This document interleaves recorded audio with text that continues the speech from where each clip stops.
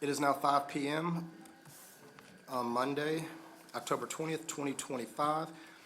This meeting of the Clean Independent School District Board of Trustees is now called to order. The following trustees are present and participating: Susan Jones, Vice President; Brenda Adams, Secretary; Marvin Rainwater, Board Member; Oliver Mintz, Board Member; Tina Capito, Board Member; Rodney Gilchrist, Board Member; and me, Brett Williams, President and Presiding Officer. For the record, a quorum has been established and is present. As a reminder, anyone wishing to speak at public forum must submit their sign-up sheet at this time. A recording of this meeting is being made and will be available to the public at a later date. We're also streaming this meeting on our cable channel 17 and on the district's webpage. Agenda item number 1, public forum. The board will now hear comments from those who've signed up to speak. Per board policy, each public comment is limited to 3 minutes. I will ask the audience to please refrain from any public outbursts and to maintain decorum. Parents, employees, and citizens are encouraged to utilize the district's grievance process to the fullest extent possible. Related policies are available on the district's website or upon request. For the record, we ask that all public forum participants begin by stating their name and the city in which they reside. Once complete, your 3 minutes will begin. Signed up to speak, I have Kiati Anderson. Welcome.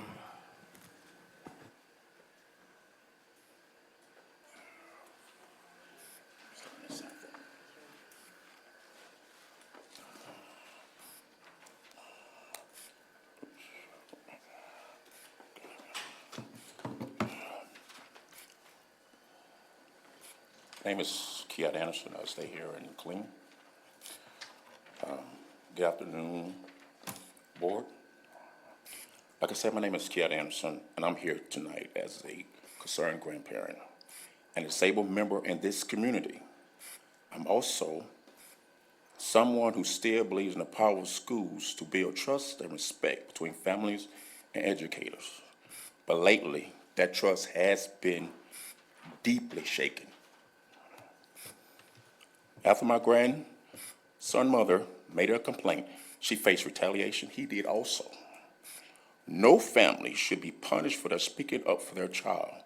We should be partners with schools, no targets of hostility. As for me, I'm disabled waiting a triple organ transplant. Even simple tasks are not easy for me. Yet, when I came to the school, which is Reese Creek Elementary, instead of being treated with compassion, I was harassed and belittled while going through the metal detectors.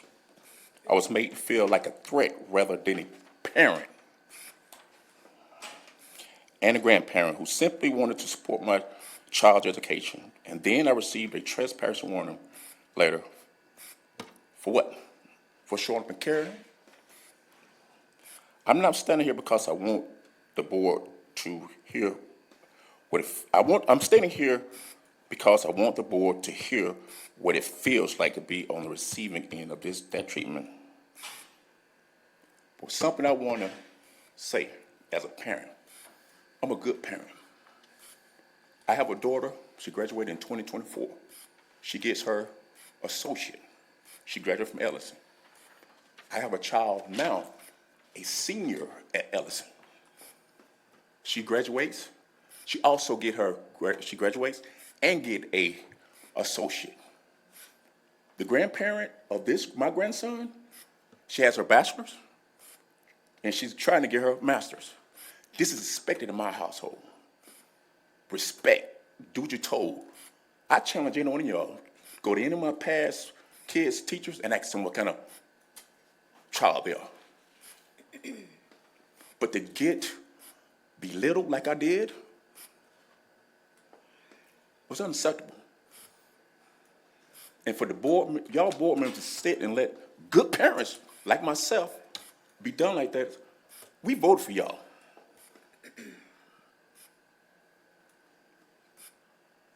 So we can vote y'all out. That's how I see it. Nobody don't know how to do the job. Find somebody else to do it. That's how I see it. But hopefully we can move past this because I did my job as a parent.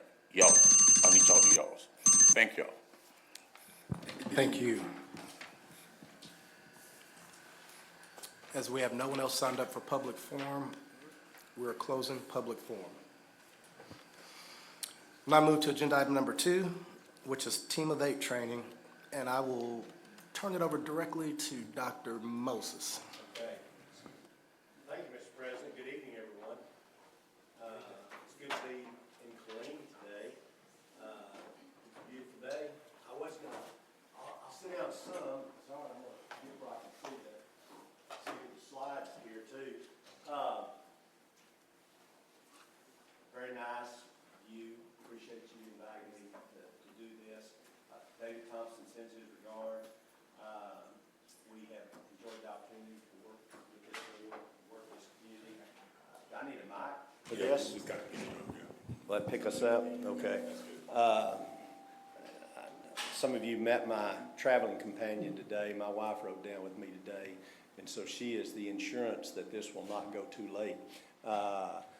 Because she's right around the corner there, I think, where Dinah has put her, and are we okay? Does this work? So I don't need to walk around too much, huh? Okay. If you're not on the mic, the recording at home, they can't hear you. Okay, well, let's see. I may sit down. I've got to be able to kind of see the slides, but we'll see how this works. Is that okay? I promise you that I'm not that, it will not be something that if it's missed that anybody will be real concerned about. This is a Team of 8 training session. If you're wondering, well, what is this about? Some of y'all already have done this before. You're an experienced board. But there was a time when we used to do board training when board members would go to TASA, TASB, and they would have all these breakout sessions. And one board member might go to personnel training, one might go to school finance training, one might go to asbestos removal training, one might go to something else. And they had a pretty goofy commissioner of education once upon a time that said, why are we doing it like this? Why don't we have people trained to work together instead of just everybody go out and do their own thing?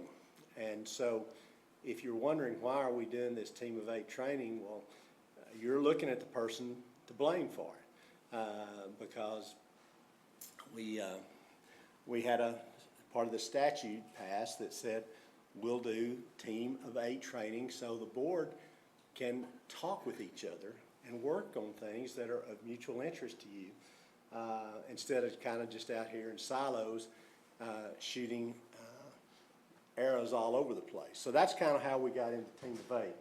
I don't know, are we going to be able to look at the video? Are we ready to roll? Just bring up that first video. This is just to keep us from getting bored here. Imagine the awesomest thing you can.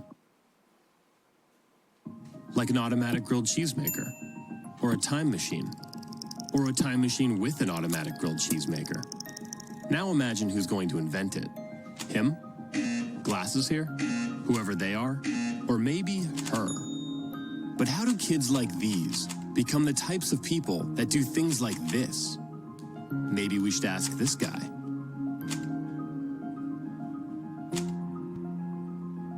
Knowledge is heavy. Sometimes it's a limit to have new ideas.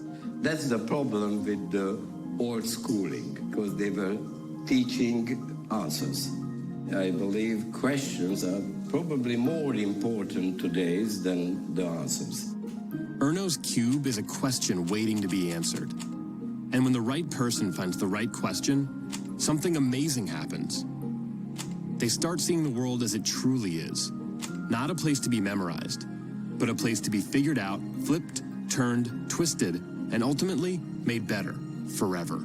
Today, she may be an octopus, but help kids like her fall in love with problem solving, and they will embark on journeys to become scientists, artists, engineers, designers, inventors, or something no one's ever been before, but you can bet we're gonna need.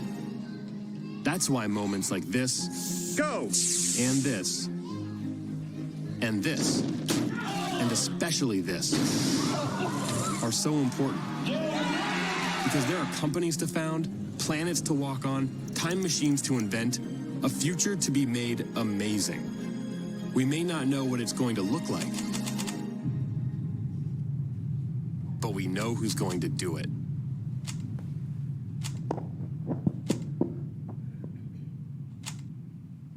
That's all our volume, is that right? That's all we got tonight, okay. I don't know if you could kind of get the drill there. Well, I introduced this for you to think about the future for just a minute. Think about your impact. Think about this board's impact. Think about this board's legacy. Kids today, I've got 5 grandkids. One of them's 5. He was born in 2020. Life expectancy 79 years. That means he gets lucky and gets to live a normal life. He sees 2099. He sees the end of this century.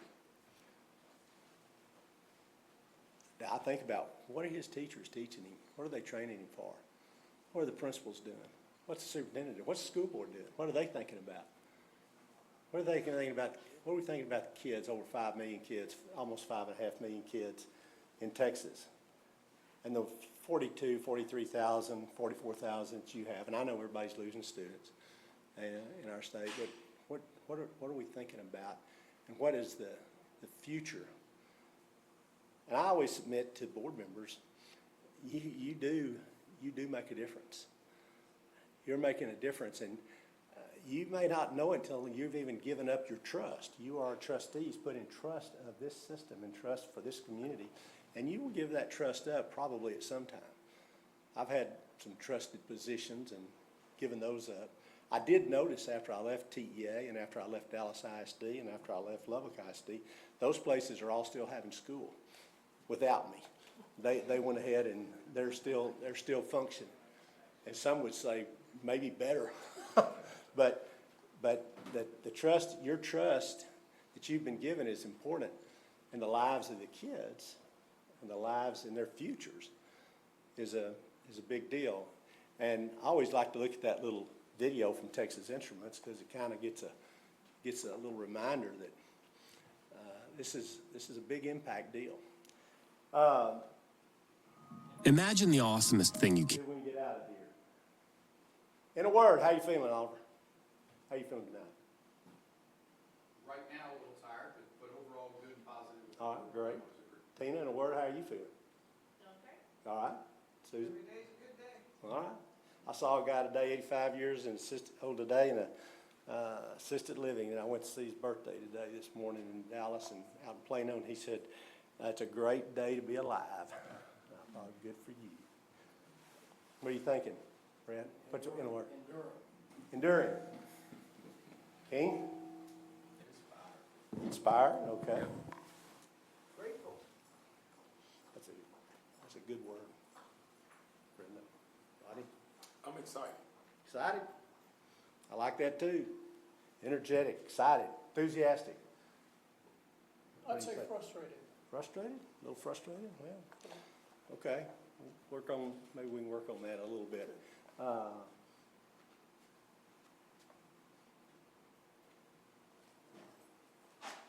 are y'all doing? What do you think about the role of the board? How do you think the board's doing right now? How do you think y'all as a board, as a corporate board, are doing? Anybody want to share with me? I would say evolving. Evolving? Okay. Ruby? I think we have good dynamics people. Okay. I'm not grading papers tonight, I'm just trying to get. I guess I probably should. That I'm pretty passionate about is I think it's a board that is extremely talented, but talent only takes you so far. You've got to be positioned, and everybody's got to understand the assignments in order to achieve what is your maximum potential. And I think that that's what we're going through. Okay, anybody else? I think it's a time of redefining a role. I think it's a time of redefining our roles and our goals as a board. Okay. All right. Well, you're about to, sometime here in the near future, I don't know when, not assuming or presuming anything, but you're going to have a transition. You've been making a transition. So yeah, there's a little bit of that going on. Dreams, aspirations. What are your dreams and aspirations? Some of you have been working on this board for a while. Some of you may be a little newer to, but what are your aspirations? What are you hoping to see happens in the school district? And it's okay to think 2 or 3 years from now, 5 years from now, but what?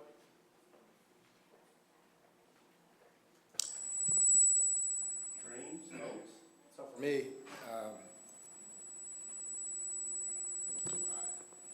yeah, I'm not getting. yeah, so for me, it's all about the performance of our students, but I think back to, and it's been several years, you know, as a majority minority district, you know, I want us to be the top-rated district in the state of Texas for the performance of minority students, because if you're a majority minority district, then that means if you're leading the pack, it can't help but to lift up everyone else. I mean, overall, I want the entire district to excel, but it's a numbers game in terms of you've got to take care of the majority in order to be successful. Rising tide lifts all ships. Yeah. I don't think y'all.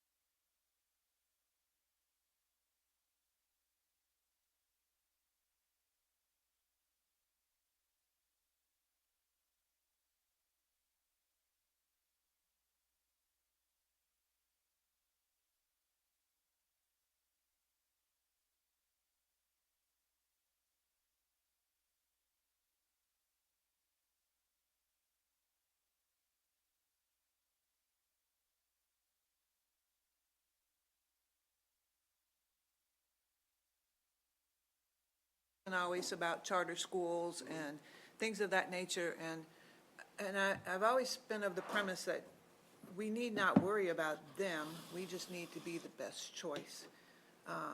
And we need to have the programs that are available to the students that are going to elevate them in their careers in the next generation, giving them the opportunities that you're not going to always get in charter schools, that you're not going to get necessarily in small country schools.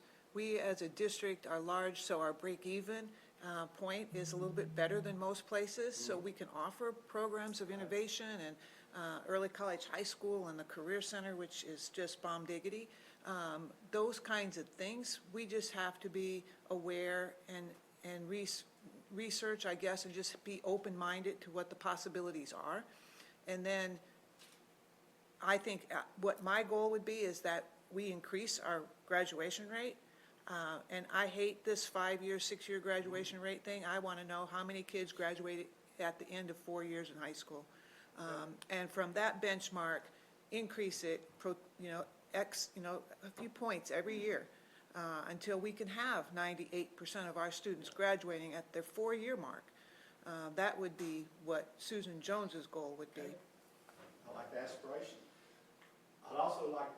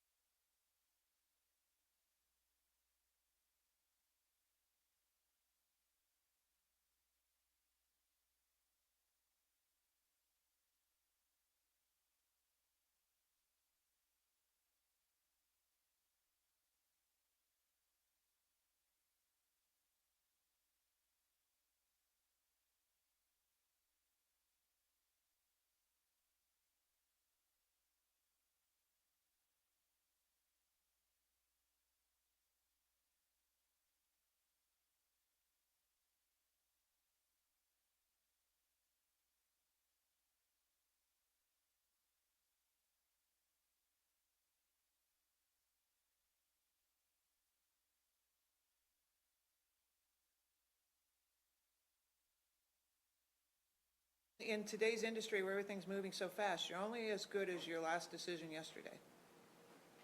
Absolutely. Yeah, keep it. You gonna say something?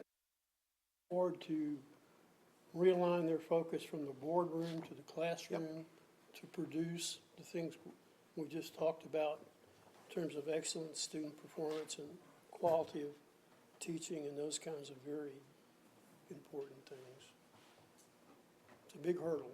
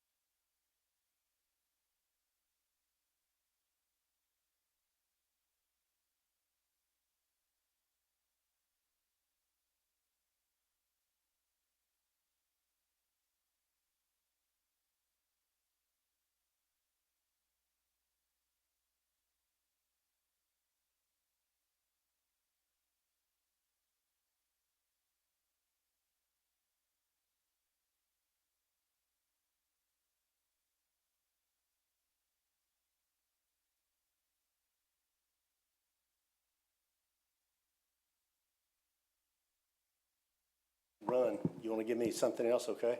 All 9 of them have to run next year because we've redistricted. We had redistricting, so everybody's got to run. And we're just going to get 9 new members. I told the board we had, I said, it doesn't have to be that way. And we, I would say, they, more than me, got their act together. Got a lot of things accomplished. Got business-like with their meetings, got their meetings more crisp. A year later, they were all reelected. All 9 were reelected, all had opponents. And we got a lot of momentum. And they moved the ball, and we passed the nation's largest bond issue. And we remodeled 237 schools, and we built 20 new schools. So I've kind of seen some pretty tough circumstances. I've seen chaos in the boardroom, and it can be. And and what happens in the boardroom does go to the classroom. Chaos in the boardroom, and I'm not saying y'all have had chaos. Dallas had chaos. But if you've had things that you think have contributed to the wrong messaging, then you got to think about that just a little bit. You got to think about it, because teachers, principals, school people do follow the board and the board's lead and the superintendent's lead. They really do. They key off of the leadership.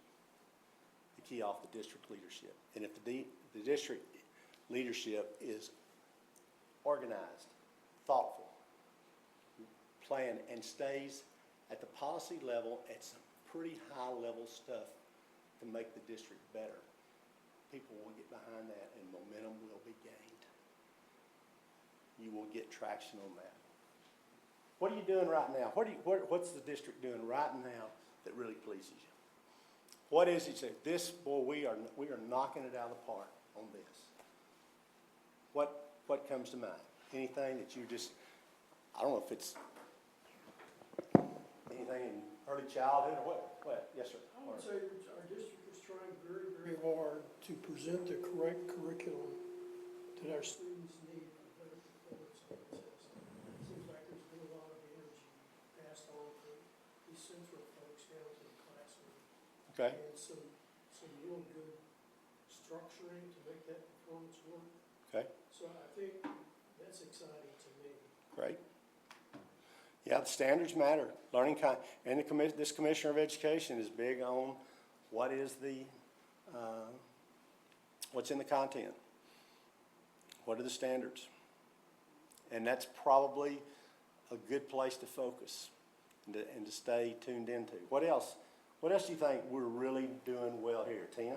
I think that we are really doing well at recruiting more certified teachers and getting our classrooms filled, but also the robust amount of programming that we have, not just sports, but fine arts and different, the Career Center and just different programs that we have to offer our students. And so I think we're doing well with those. That's super. You know, that teacher availability and that battle for talent. Did I give you the numbers? Have I given you the numbers before? We have about 370,000 teachers in Texas, maybe 380. Every year we used to lose about 40,000 teachers a year. When I was chairman of the Texas Teaching Commission in 2015, that was the first year that we had more teachers that we hired through alternative certification than through traditional teacher education programs. And my dad was head of the School of Education at Stephen F. Austin State University in Nacogdoches, so those programs were pretty important to me. I got to eat supper at night because he was working on those. Well, that teacher availability issue is so big now that the number of teachers we lost last year was closer to 60,000. And guess how many we used to turn out a lot of teachers. Guess how many teachers we turned out last year in teachers in colleges of education in Texas? Lost about 60, graduated 20. So if your staff is keeping up with that, hooray, that's a victory. I would say that's going to continue to be a big challenge. The battle for talent, particularly in special education, to some degree in bilingual education. Math, science, and special education are huge areas. The interim superintendent's nodding his head, so I'm not too far off, am I? Yeah, I think I'm pretty close, but I'm glad if you're seeing progress and seeing movement in that area, and that is so important. That's what will make you a winning district, is getting those great teachers. you want to be known for it, and you've got districts around here that you have to compete with in the Central Texas area. And I know who's up the road and down the road, and I know who your neighbors are. You're competing with them, and you want to be winning the competition. But I was in Lubbock, we had a lot of small districts around Lubbock. And the only thing I asked the board, I said, if we don't make ourselves the highest paying school district on the South Plains, we had 33,000 kids, and we had people that wanted to get out. We had flight, and people looking to leave. And I said, the perception has to be that we get the best teachers. Our kids are challenging, but we love them, and we're going to meet their challenges. But we have to do and send the message that we are working to get the best teachers. But that's a great goal if you're getting there. What else? Anybody else pleased about? What are you thinking you're really pleased about, Brenda? I'm pleased that we are striving to recognize and highlight, celebrate student success, student participation, student involvement across the spectrum, not just academically, fine arts, and all the different ways, social media. So we're keeping the focus on the main thing, which is kids excelling at what they like to do and what they're good at. I saw some of your recognitions at the meeting, at the last meeting, and I watched one of your meetings one night on whatever they were on the stream or whatever. But yeah, I think y'all are doing that. I think you want to be sure you're focusing again on excellence. I want to honor teachers and especially honor students, but you want to make sure it is really noteworthy before it come to the board. I'm gonna get a little off here, but we used to have Teacher of the Year programs, and it was kind of, well, it's my turn to be Teacher of the Year this year. It's your turn to be Teacher of the Year. It's the next one's turn to be Teacher of the Year. It's the next one's turn. And everybody gets to be Teacher of the Year. And everybody gets, and then the board needs to recognize everybody. Let me tell you what your meetings ought to be. Your meetings ought to be reserved for really, really, really big stuff. Big stuff. And there ought to be recognitions. But it ought to be, if it's everybody, and again, I'm not passing judgment on what you've done or who you've done, but I would hope your meetings are such that when this board, the Killeen ISD board, recognizes somebody, everybody says, wow, that was really big stuff. Somebody really knocked it out of the park. What else anybody else really, really happy about? Excited about? Okay, flip it over. What does it say up there? What's of concern? What are your concerns? So I think I'm just kind of listening, and trying to kind of formulate some thoughts on it. And there are things that that are kind of the same sides, different sides of the same coin, I think. And I've heard the word here, and I've definitely heard it twice, and it was excellence. And I feel like we're having conversations about teachers and these kind of little things, these subordinate ideas. But I think, and I've always thought, since this is going into my fourth year, that this district has lacked an expectation of excellence. I've heard the word excellence, and that's the word. That it's always been, well, we're clean. We've got poor kids. We've got minority kids. We've got a transient population. We have the military post next to us. Congratulations, you're special and you got problems, just like everybody else. Yep. So I think when I first came on the board, I just felt that there was never any kind of questioning, and we just kind of were rolling along, and there seemed to be, again, no dissatisfaction with something that was far opposite from excellence.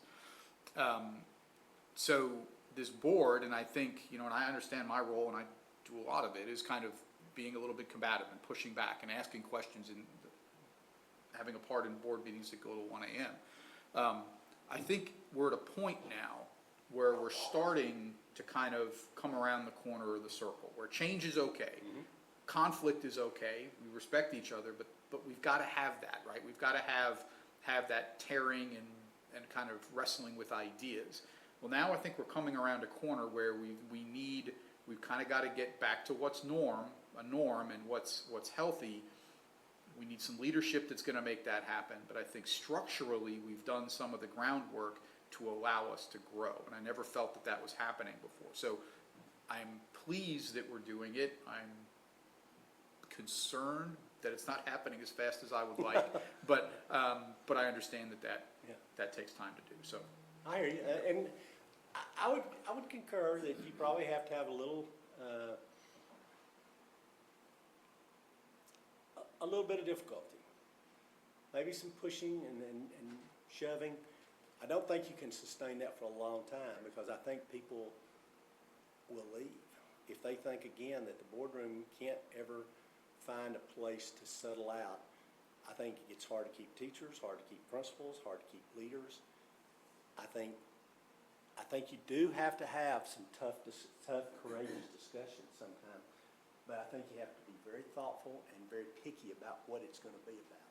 I think too, that you said kind of keeping the big problems, right? So I wrote down three things: the board, policy, attitude, and climate. I don't really like the word attitude, so I think we can just stick with policy and climate. What kind of climate do we want? A climate of constant conflict is not good. And then you go down to the next level with the soup. Well, the soup should kind of mirror what the board is trying to accomplish, right? And if the board is constantly in conflict, that puts the soup constantly in conflict, and then that puts the subordinate staff constantly in conflict. doubt. So I think what the board, and I think we're trying to do it, is get these meetings tighter, stick on the high level things, talk about problems before we get into the meeting so that we can work that stuff out. And I think with that, I won't say calming, but with that kind of steadying, right, holding the rudder steady, we have a leader that can do that. I think that kind of begins to trickle down. But we've got to expect, it can't be the board going, we're going to be excellent. Be good, damn it.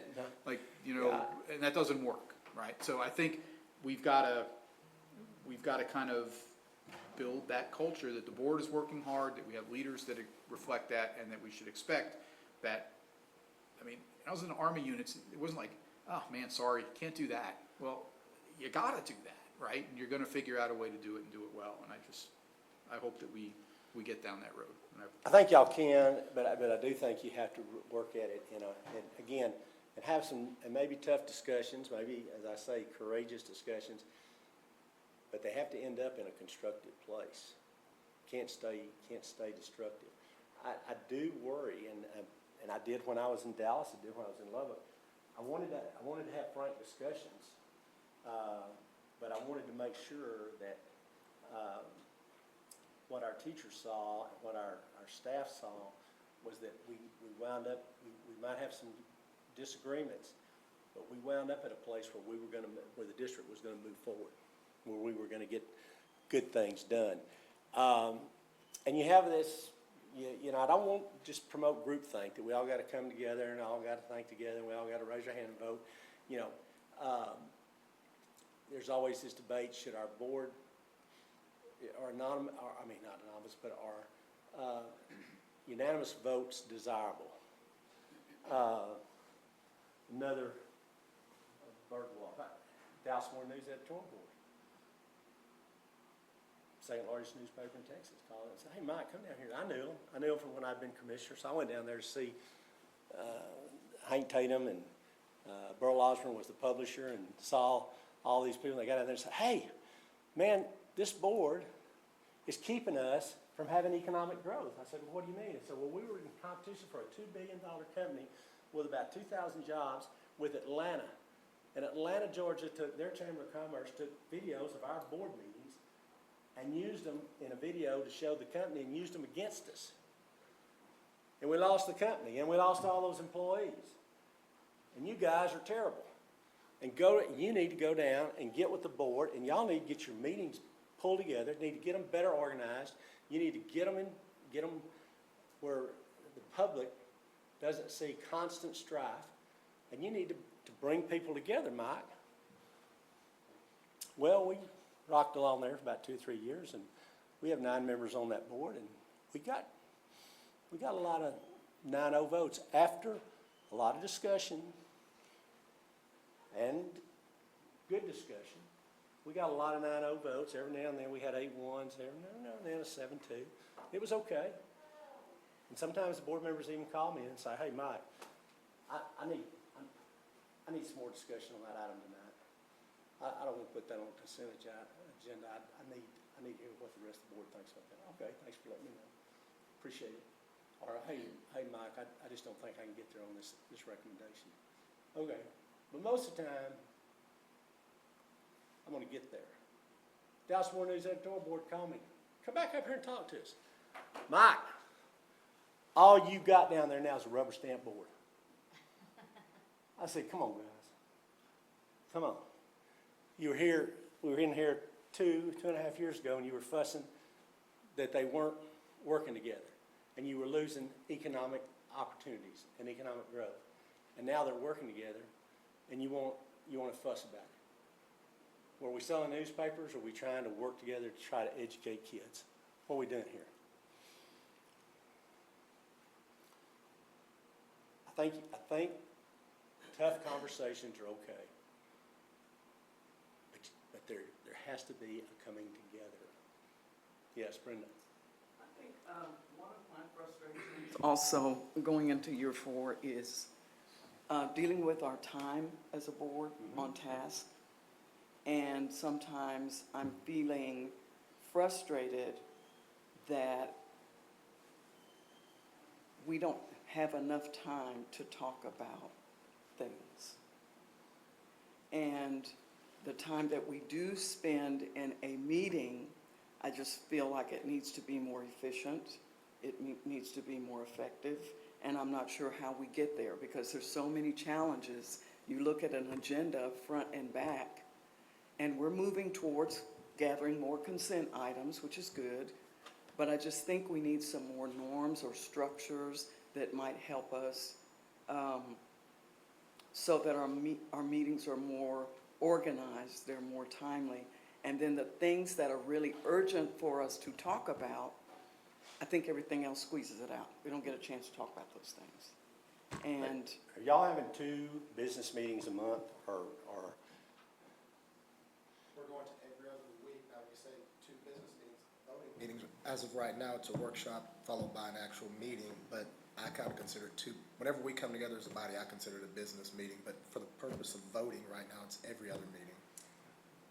Well, I did notice, and so did other people that watch the district, that y'all had 46 meetings last year. Those included special meetings. Some were brief. You included your workshops and included all your regular meetings. That's almost a meeting a month. If you take away 2 weeks at Christmas and 2 weeks in the summer and a week or so at Thanksgiving. I'm not opposed to meetings, but I do think you have to think about how much time does the staff spend preparing for meetings? And is that, what do we want, how much time do we want the staff working on things that are for the board as a room as opposed to the classroom? Now, this is a big district. This is a complex district, multi-high school district. I called y'all a consequential district when I first met with you. So I'm not to say this has to just be done. There's got to be some thoughtfulness, especially when you're dealing with some performance issues, especially when you're dealing with enrollment issues. So I know you have some big ticket items to talk about. You might want to just look at some other districts comparable to you in size and complexity. But what I see more often than not is a meeting that is usually the longer meeting of the month, which is almost akin to a workshop. Mostly discussion items. Very few, if any, action items. It's mostly what are the major items we're dealing with right now. Is it attendance boundaries? Is it money? Is it finances? Is it teachers? Is it a personnel issue? What are the things that need to be, that require some board discussion and some board perspective? That the superintendent can hear the perspective of the board and then try to bring recommendations to the board that reflect that perspective. But I think, and again, you're in the midst of a search and working toward the selection of a superintendent, but as you go forward in that, I think you might want to look very carefully. What does our meeting structure need to look at? And do we look like, and do we want to spend the business meetings, I would hope, are your meetings where maybe you do some recognitions that are big stuff, and where you also, you take action. And you take action that's been formulated around the discussions you've had in your workshops. Just a suggestion. I'm just here as a lowly paid suggester. As a no paid suggester, actually, but that's okay. So you can say, well, we didn't get much out of that. Just try to remember what you paid for it then, you know.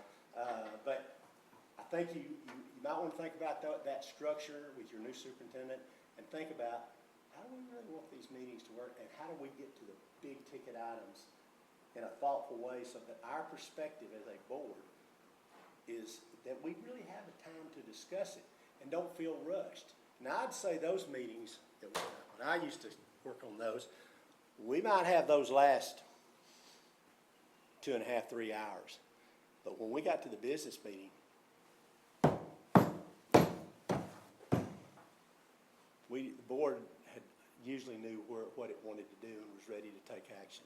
Might be an item or two every now and then that we needed to spend more time on, but it was going to be pretty crisp.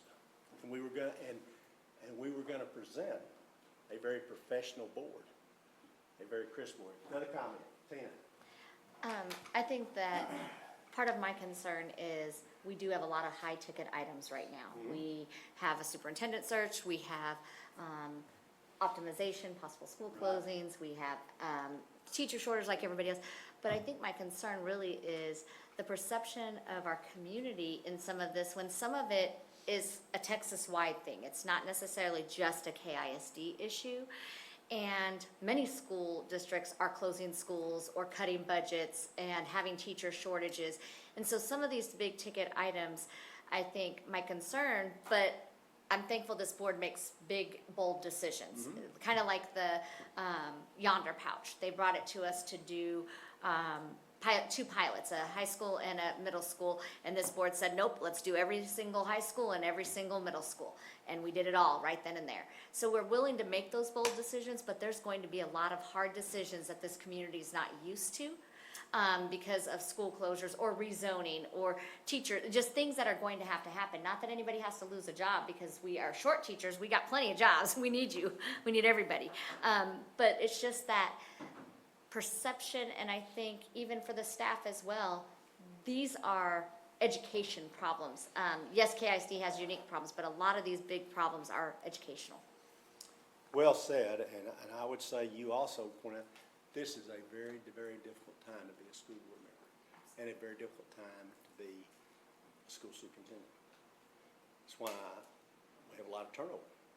We averaged about 125 turnover a year. We turn over about 175 now, which doesn't make your job any more or less arduous trying to identify the right leadership for your district. I'm going there. I just want to say this about the courage that it's going to take for you to visit some of the subjects that you're going to have to visit. And again, just another little war story, and I went to Richardson ISD, and they had a lot of problems with culture wars in their district, with CRT, with all kinds of issues, and they had a superintendent separation, and social media was really, really difficult with the board. Had lots of unkind things to say. And they asked me to come over and talk to them. And I went over and I said, okay. So let me get this straight. You're getting your evaluation of your work as a trustee off social media. That's where you go to see how you're doing. He said, well, Mike, what do you mean? I said, well, let me ask you this. How many of you got a job? Y'all raise your hand. Family, all raise your hand. Hobbies, bridge, golf, sports activities, vacations, church, clubs. Everybody's raising their hands. So, if somebody comes up to you and says, you cannot be a school board member anymore, and I told my son this when he was on the Round Rock School Board, you can't be a school board member anymore, we're taking this away from you. You're gonna quit doing all those other things. No more vacations, no more hobbies, no more family, no more grandkids, no, Mike, we're gonna do more of it. Then read the agenda, ask questions, discuss with your colleagues, get the perspective, hear the recommendation, vote, go home, be okay. And if, someday, as I said, my trust, I handed back the trust that I had. You may decide to hand your trust back. Somebody may say, well, I want to run against you. I always say, okay, I told Mason, if they say that's what they want to do, you need to say we need good public servants. But don't get evaluated on social media. Look at yourself and say this is what is best for the district, whether it's facilities, optimization, student performance, finances. I'm okay. I studied, I read, I asked questions, I listened to my colleagues, and I voted, and I'm okay with my vote. I'm sorry if somebody's not, but that may just have to be the way that it is. And my finding has been over 40-plus years, people that say they're going to come do something about it normally don't, because they don't know what you have to do, what it takes, and they don't have the information that you have, that usually the staff's presenting to you. But if they do, okay. We hope people are informed. We hope people know and we'll help inform them. If they want information from us, from the board, or from the superintendent, that's our obligation to furnish it, make it available. If they want to second-guess decisions, okay. But if they take this away from me, if somebody said, Mike, you can't be Commissioner of Education anymore, Mike, you can't be okay. I got some grandkids, and I got some hobbies, and I got some stuff I like to do. And my wife in there is my supervisor, and she'll come in here and say, this is what you're going to do now. Okay. But how do you get fulfillment from this? How do you get gratification from this? How do you get satisfaction from this service? How do you get that if you don't? I don't have, and I've been on some boards of Trammell Crow Company, the third largest real estate company in the world. I've been on the board of Southwest Securities. I've been on the board of a publicly traded company in California. And let me tell you, it's a lot harder being a school board member. I told the chairman of the board of Trammell Crow Company, I said, tell you what, Don, let's just open our meetings up to the public and set our salaries of all our execs and everybody out here and set our budget. Mike, we can't do that. I said, well, the school board has to do it. Every time they vote. Yeah, we have to tell everybody how much we get paid, too. Yeah, I know. I got called about that one time, too. The guy called me up and said, now, I got elected to the board. Dr. Moses, I'd like to know, when do I start getting paid? I said, well, I got a little bad news for you. That's not in the cards. And I know that this stuff gets close to us. You're pulling for the teachers, you're pulling for the kids, you're pulling for the schools, you want them to do well, you want to be successful. You want, and when you see the sweet stories, I used to, in Dallas ISD, we had 166,000 kids and 21,000 employees. We had a lot of sweet stories going on every day, but that wasn't what made the news. First thing that made the news was something else. It usually wasn't a sweet story. But that's the gratification, satisfaction, and fulfillment that I think you have to look for and find to enjoy this service. And then be okay, And I told Mason, don't live on social media. You're not going to, where is the accountability? At least I knew, even I see you sitting back there too, by the way. I knew with newspapers, they had accountability. There's accountability. There's such a thing as slander and libel. And they at least, with social media, I don't know, maybe y'all will educate me, where's the accountability for social media? So, I just encourage you, I'm sure you have people here at the school district that monitor that, communications office, and if a response is needed, that, okay, but as far as you getting into that, I hope you're able to avoid that. I got a row here, by the way, we're gonna take a break, then we're gonna come back and finish up. Yeah, and we're gonna take a break in a minute, and then we'll come back and take about another hour, and then I've got you a reading assignment, it's gonna be part of, and my assistant will send Dinah my training number, so you'll get your 3 hours credit for your Team of 8 training. But anyway, I just want you to know all that kind of stuff's taken care of, and we will take a break, and we will. Yes, sir, Rodney. I want to just speak from my perspective sometimes, and I'm confused about discussions, because my perception of most of our meetings is we get lectured to, and we have very little time to discuss amongst the board. We don't talk. We listen, we receive, and we vote. And we prep for the meeting, so we have some stuff that we've already kind of internalized. We know what we want to possibly discuss, but we do very little discussions. And I hear you saying that that's important, that we get opportunity, the board should discuss. And I told you before that I got a little frustrated with this process of, we don't do a lot of discussion. We do a lot of listening. I would say that's a good subject with your new superintendent.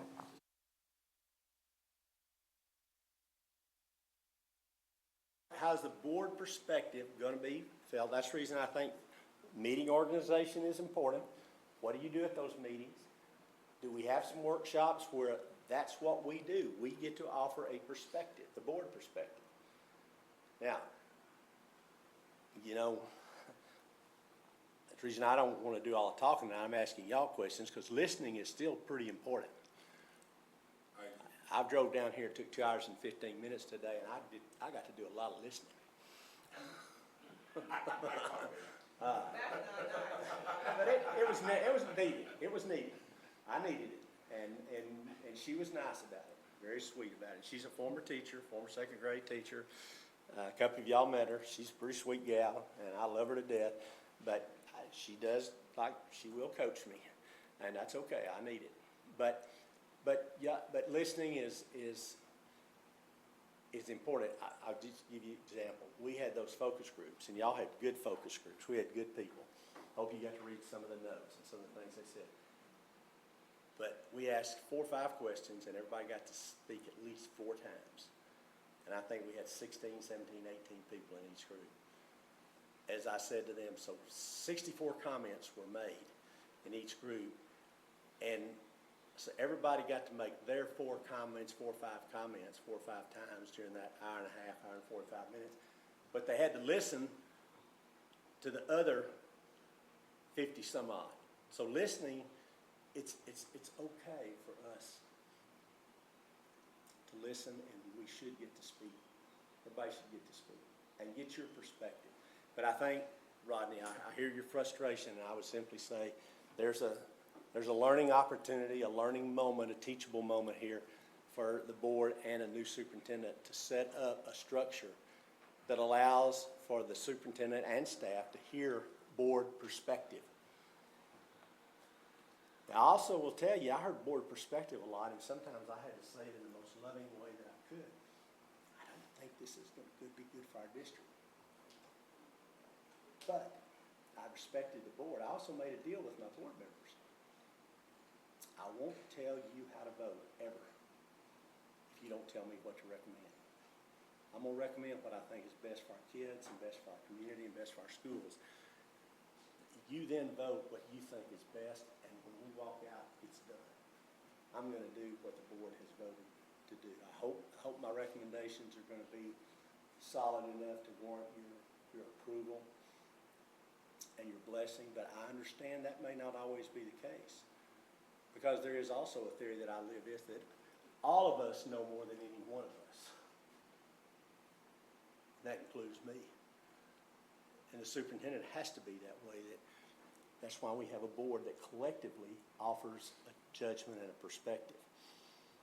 But think if you can think about that a little bit, it might be helpful, but I'd also encourage you, talk with the new superintendent about how does the board perspective? I also hope, and I would encourage the new superintendent, I met with every one of my board members once a month away from the boardroom, either at breakfast or at lunch or in a separate meeting, just to hear their thoughts, hopes, their concerns. And sometimes I got to offer what I thought might be a reasonable solution. But the communication is really important. And that communication between the superintendent and the board and this team of 8, it works so much better when there's some of that going on. Again, that doesn't mean we just come together and we just agree on everything. But sometimes we have good discussion. Okay, I understand better. All right, I get it. I didn't get it before, and I got a better sense about what you're thinking and what needs to happen here. And you know, I hear the press that you need to be pressing for excellence. I think all of you want that.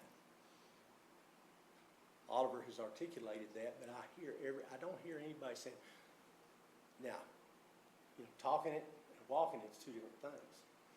And sometimes that means hard decisions, and the superintendent may make a recommendation to assign someone, reassign someone, do something, and you say, I don't know about that. But if excellence is what we're pursuing, that may be required. That hard decision may be required. Now, it's okay to, again, ask questions and understand. But there's a time then to gather up and say, we are all moving this district. We want Killeen ISD. We want this to be a noteworthy district. And to get there, we can't just tolerate a little, well, let's just kind of hope we get this right. No, we are going to have intent. This is all intentional, what we're working toward. And then you have to also trust somebody. Y'all are striving to select a leader. Trust is a big deal. You give your perspective of what you're really striving for. It's kind of like, you know, the pilot in the airplane. The board tells the superintendent, this is where we want to go, and this is what we want to achieve. But the board doesn't tell the superintendent how to fly the plane, or to set the rudders. The board has to take a step back and say, this is our target. This is where we want to go. So your job is to get us there. If you see that we're running low on fuel, then we need to talk about that. You bring that to us, but you don't go in and try to say, now watch that rudder, watch this measurement here. We're not in there doing that. There'll be a time for accountability, particularly if we land the plane where we want it to go. Anybody want to say a word about legacy? This isn't about the legacy. Okay. It's just kind of a collective statement. We started having 2 board meetings a month. We started doing that, Brett, and we all tried to work really hard to do that. But we started having 4 meetings a month when we had a couple board members come on who have a lot of questions. And we can't, I think dialogue is very, very important amongst us because we act collectively, not Susan by herself or Rodney by himself. So I need to understand Rodney's perspective on things. I need to understand Tina's, and sometimes when Tina says something about special ed, it helps me evaluate or change my opinion or come to more of a center area to be able to vote 7-0. And so I think it's important that everybody has the opportunity to be heard, but they also have the opportunity to ask questions. That always hasn't been what I witnessed. And so I think we have a great board in regards to respect for each other and listening to each other. Sometimes our conversations go on for a while. Perhaps that can be lessened by superintendent directly reaching out to a board member who might have questions or a presenter for that particular subject. But it's important for the public to understand and everybody else to understand, as an elected board, we are really restricted on how we can have those conversations. And it's not like I can call up Marvin and say, Marvin, as a principal at Ellison High School, how did you handle this? Hey, Tina, what did you think about this? Hey, Brenda, can you tell me about your perspective on that? Now we have a walking quorum. If I want to hear those three people's perspective, because they're the educators in the room and I value their opinion. So those discussions have to happen here in this boardroom. So is Mike Harper telling you not to talk to each other? No, he's not, no, and nor has anybody else told us not to, but we still have walking quorum issues. You know, if I call up her and him and her, all about the same topic, Yeah, I think you have to be thoughtful. So- You have to be thoughtful so about who you talk to it- for that, well, it's a slippery slope. but it is. And if, you know, if you're the person who wants to make sure you stay on this side of the law, you're always gonna be hesitant about that. I think questions to me fall in a couple of categories, and you can, this is just.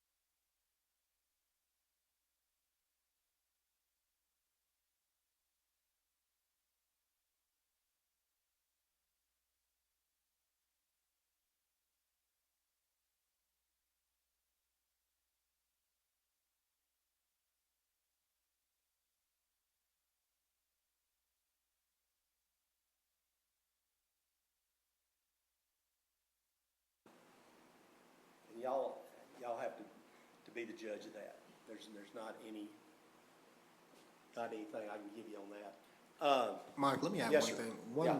One of the things that I think has happened in Cassidy is I think we went from a small system to a big system really, really quick. And I don't know that the operations of the system kept up with the growth of the system. And I think now it has come full circle that the next, superintendent of the district has to be, everyone talks about cadence, but there's another thing to really have a true cadence. And I think that's what the district lacks, because as big as this thing is, I mean, we've got to know this quarter of the year, here's the attack plan. This quarter of the year, here's the attack plan. And we've never really had that, because then that allows us as a group to know, hey, in this quarter of the year, this topic is coming, so that's when I need to have all my thoughts prepared in advance for that. In some cases, to have conversations in advance of what I call real-time live fire action. And to me, it's just not been a really good cadence to the work. That's just how I viewed it. Again, I just about that just a little bit. That's the work of the board for the year. That won't include things that are gonna come up. But a board calendar that kind of, these things happen in January, these things happen in February, these things happen in March. And that includes some evaluations, some accountability, some contracts. That includes things that the board needs to take action on. And I might consider a board calendar to get you where you want to go. Tina? Do you have a sample one, or one that kind of has an outline that aligns with hiring and superintendent evaluations and just basic things that happen throughout the state? I'll send one to the board president and let y'all can evaluate that and decide if that's something helpful to you or not. But I think it might be that you kind of have an idea of what are the big ticket items we need to be focused on. There will always be some though that can't be anticipated. Oh, absolutely. So you will, yes. So we've also been working on onboarding book, if you will, be online as well as in the book, which we feel is going to be more beneficial for new board members as well, on timelines, feeding them the data on how to come into the boardroom with a successful plan at the very beginning. And I think that makes a difference too as to board meetings and things. Board member, new orientation of board members is essential. Yeah.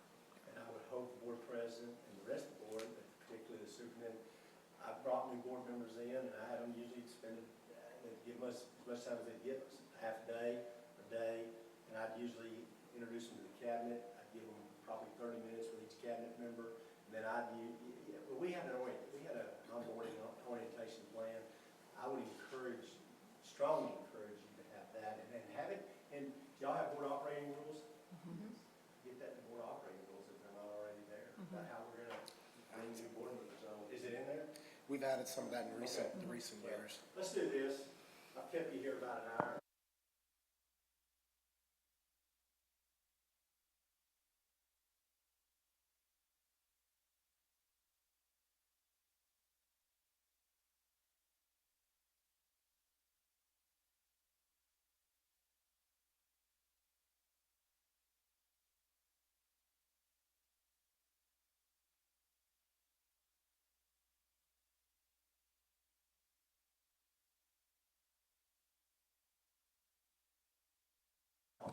We'll start again. Is that okay? We're going to recess now at 6:13 PM, and we will come back at 6:23 PM.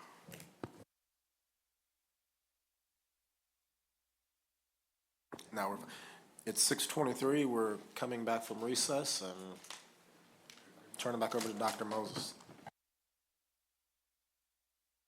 Here, if you want to stop me and say, hey, I want to say something about that, then you can, but some of this is going to happen pretty fast. Board challenges, what I've listened to, I've heard facilities, optimization, teacher retention.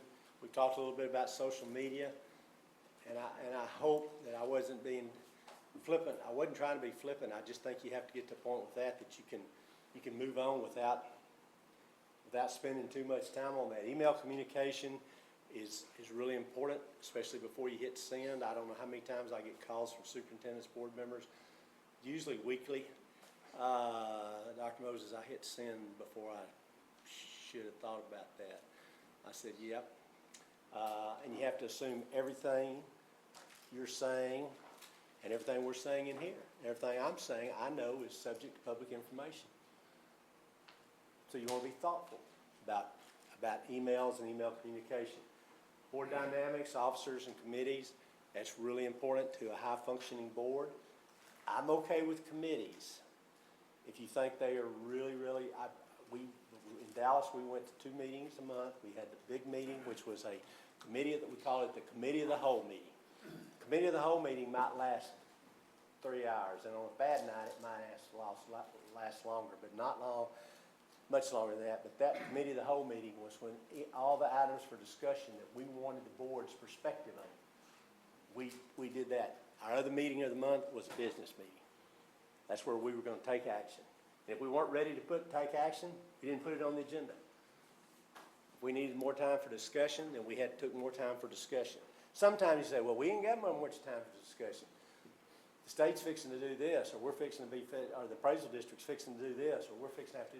Sometimes then you just have to. The time requires you to go ahead and do something, and you act accordingly. But hopefully, a board calendar will help you, give you as much planning and time to think ahead. And you're still going to get some things that are going to come up. But hopefully a board calendar would help you know this is what we got to deal with month to month to month.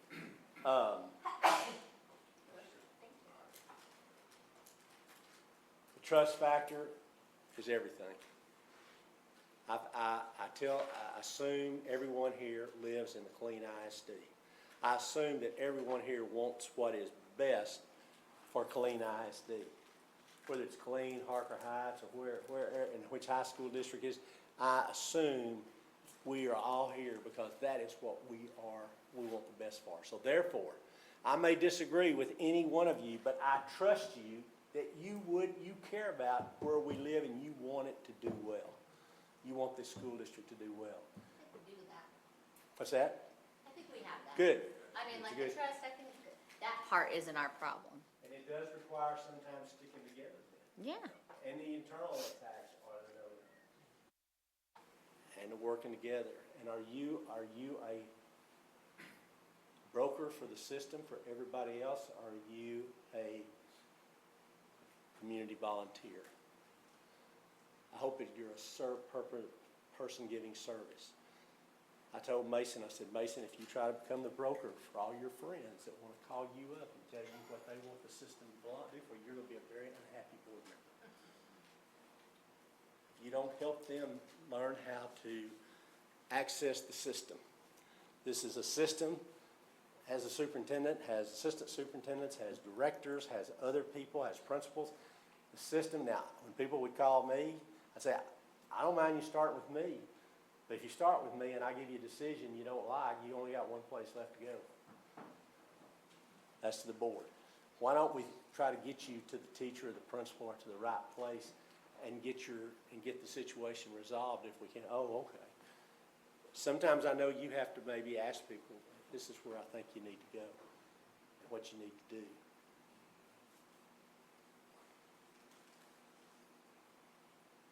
You got all these relationships with other board members, superintendents, civic leaders, other elected officials, teachers, journalists, vendors, constituents, parents, district employees. Those are important. They're important to you as trustees. Not so much that you seek them out, but they're going to seek you out from time to time. That's okay. But again, if you're seeking them out, then that's a little bit different deal. You are the elected official. You are the person putting trust in the system. The one I'd be most concerned about, when I look up there, that I had to deal with when I was in Austin, were board members that got involved with vendors and got too close to vendors. It's not a good thing. I would encourage you to let your business office, competitive bidding, RFPs, RFQs, have your policies that what you require. Polite to vendors, courteous. Thank you for your interest in our district. Thank you for wanting to work with us. Thank you for your service, but we have a procedure. This is what we do. We have a large business here. Our budget is how much? $500,000. So we run it like a business. There's some people saying, no, you don't. Yes, we do. Sorry if you don't see that, but that's what this board strives to do that. And that's what we're going to continue to do. Do's and don'ts for healthy relationships. Do ask questions. I've already said that. Do listen. You should be able to ask the questions. You should be able to also listen. Respect your group. Obviously, these are pretty straightforward. What does that keep it in the family mean? What's that talking about? Social media, come on. There are things that are going to come before y'all that are just, and they're going to be personnel related, could be real estate related, could be student related. Those are confidential matters to be kept where? Here, keep it in the family, has to be. And then we're about the business of looking. We're going to disagree. I may see it a little bit different from all, or from Brenda. But we're going to look for common ground, for common action, for common good. We live here. We want good things here. We may need to have some tough discussions, but we're going to get to a point where we're going to move together as a board. and we're gonna send a signal to the superintendent, but you're not only sending a signal to the superintendent, you're sending a signal to your staff and to the community. This is the direction we want this district to go. And if it's about, and you're never gonna go wrong. And Oliver, I'm not trying to patronize you here either, by the way, but you're never gonna go wrong focusing on educational excellence. I've had boards that got into other issues. And the public, what are you doing? It's about education, it's about educational excellence. We don't have time for all the war stories on that. We don't attack each other, we don't talk over each other, we don't go solo. I'll take care of that. I had a board member I loved. His name was Roy Grimes. He was a naval officer, and got on the school board and loved it. He was great. But he decided, you know, he had some parents that got to him, and he decided, Mike's busy. He did. He was such a good board member for me, and so cooperative. But he decided, I'm gonna help Mike out, and I'm gonna go down there and handle this. I'm gonna go get involved with it, with the principal and the teachers. And about 11 o'clock one morning, I started getting calls, and he showed up in my office and he said, I think I've done something bad. I said, I think you've done something bad too. And I said, now I'm gonna handle it. I gotta handle it. And teachers are mad, and the parents are mad, and the principal's mad. Everybody's mad. He said, yeah, I know. He said, I messed up. I said, I know you're trying. I know you're trying to help, but don't do that, please. Let me do my job, you do your job. He said, I got it. I'm okay. And he did. He was a great guy. But I worry people that, you know, I've had them board member too. Everything's bad. Conspiracy. These teachers, they just don't want to teach kids. They're trying to dumb them down. You know, my mother and dad were teachers. My mother-in-law and father-in-law were teachers. Wyatt Debbie in there is a teacher. My brother a teacher, principal, superintendent. His wife's a teacher. They've all made mistakes. I've made mistakes, but I don't know many people. And I go to church, and you do too, with a lot of teachers that intentionally set out to mess up. Now, there's people who make bad mistakes, no doubt about it, in any profession. But conspiracies, theorists worry me, and I hope you can not spend a lot of time on that. And once you've made a decision, even if you think, gosh, we've done the right thing there. You know what? Sometimes you might want to come back in a year and visit something again. And that's okay. But sometimes there's a moment too to say, we voted, this is what we've done, I'll be there and be supporting this. There may be a time when we need to ask the superintendent or the board president, let's revisit that. But we're not going to undermine. I don't know if you get involved in constituent services or you get asked to for this lot. I think I've already touched on it. There's a right way and a wrong way. People are going to ask you for your assistance sometime. But I hope you also know the difference between helping them get the assistance they rightfully deserve and need to access the system, but not cross into saying, and this is what I'll tell the superintendent to do. That's the danger area.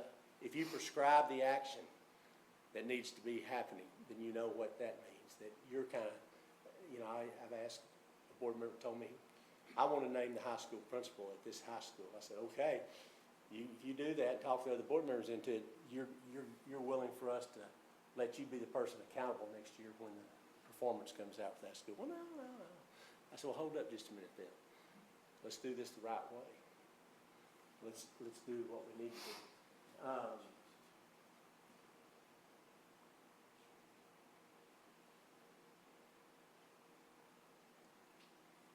There's the right way to get the constituent service that you want to get, supporting improvement, keep the democratic expectation, and also make sure you're doing your role and you get to do your role in terms of board oversight of management. That is a legitimate role that the board has. I think I've hit that one. You have to evaluate that. What do my constituents want, and are they always right? You want to, again, our natural inclination is to try to help people. I didn't say please people, but I said help people. and if you get to the point that I have to please them, then that's usually not going to help you. Trying to help and listen and point them in a direction is usually the way to go. Can until you can't.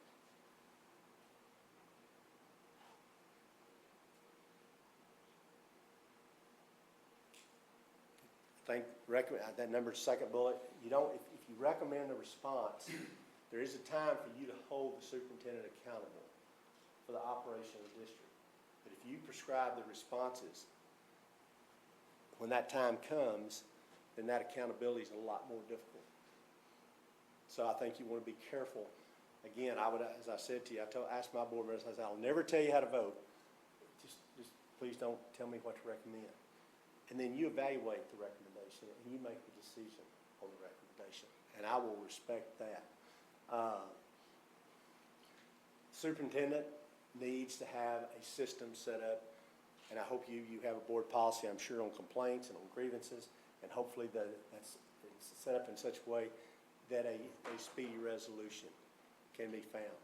Now, sometimes if somebody wants a lot of time, an investigation, that may take more time. But obviously, we want to be sensitive to speed. If there are patterns of complaints that the superintendent has seen, you just report those to the board, so you know, we kind of know what's coming on this. You know where this is headed. Here are the big ticket items that I think all boards need to know, and I think the superintendent has to be responsible for making sure. First one is safety. My dad used to tell me, Mike, parents will forgive you if you don't teach their kids enough reading and writing and arithmetic. But if you let something happen to their child at school, they're never going to forgive you. Safety of our children, safety of our employees, safety of our guests, safety at school. And you have a right as a board to know, do we have the safety protocols, the safety policies? Is everything in place? You know, what I see in terms of safety in this building looks good. You want to be sure that it's the same place, same way everywhere. Are the district's assets secure? You are the stewards. You are the stewards of the district. Stewardship is critical. And you don't want to be embarrassed. You want to know, are these assets secure? And it's fair for you to know that. What do you think your biggest protection in knowing where the assets are secure is? Would anybody like to offer me a thought on that? You as a board member, what is your biggest assurance or security that the assets are safe, secure? Well, I would submit to you that it's your annual audit done by your external auditor. When I was on the Trammell Crow board, cybersecurity board, first thing I want to know when I got appointed to the board, did y'all have an Arizona omissions policy? Attorneys understand that, don't they? Yeah. And am I covered? And the next thing I want to know, do we have an external auditor? And when do they report to us? And that's when I wanted to know, are our assets secure? Are there any material weaknesses? If there are, that's bad. Not looking for material weaknesses. I want to know, do we have a strong audit? Is it strong and are our assets secure? That's how I know if district's assets are secure. Are laws and policies being followed? That has to be true. It has to be in place. We follow our own policies and we follow the laws of the state. Does fairness prevail? Are our systems efficient and effective?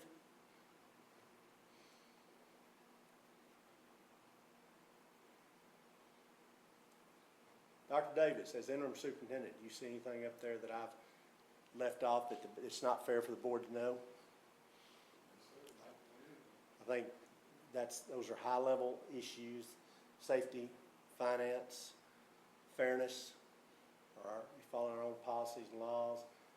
To me, that's big stuff that the Board of Trustees, if if you said, what should we really be sure we're about? I could probably put what else up there and put student performance, but I'm gonna assume we know that's our mission and our sweet spot. But that's pretty vital. All that stuff's pretty vital, at least in my mind, and I think in the minds of a lot of people. Management oversight. If you attempt to manage or get into management, you disempower the superintendent. You want to have the board perspective, the board discussion, the board thoughts. The superintendent will make a recommendation. You can vote it up or down. You also can vote it up and then evaluate it in the superintendent's evaluation, in the conduct of these recommendations in personnel, recommendations on finance, recommendation on school closures. And I would say there are certain items like that one I just mentioned, redrawing attendance boundaries, closing schools, raising taxes, high stress issues that probably do require your time and discussion. But eventually, after all the perspectives have been heard, then a recommendation has to be formulated. And hopefully it's one that you will all be able to support, but it's going to be, you don't want to weaken yourselves by disempowering the superintendent as you go through those processes. Oversight is reviewing the results of management decisions, guaranteeing the integrity of major management decisions. It's not trying to influence the decisions before we make them or even reviewing them after they're made. There's a time, and I call that time the evaluation time, when you review. And if you, again, the board calendar I'll reflect. When is there going to be accountability? When is there going to be an evaluation? When is there going to be a review of performance? Followed by any other considerations that may be necessary.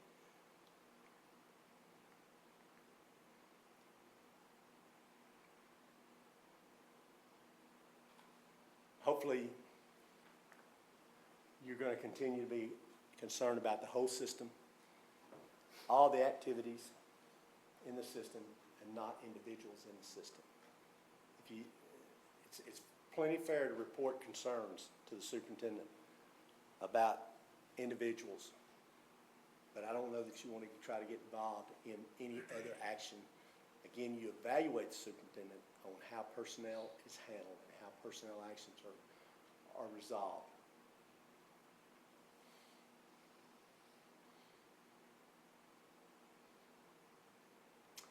A little bit up there about oversight and management. We talked a little bit already about board workshops, superintendent reports. Do y'all have board committees?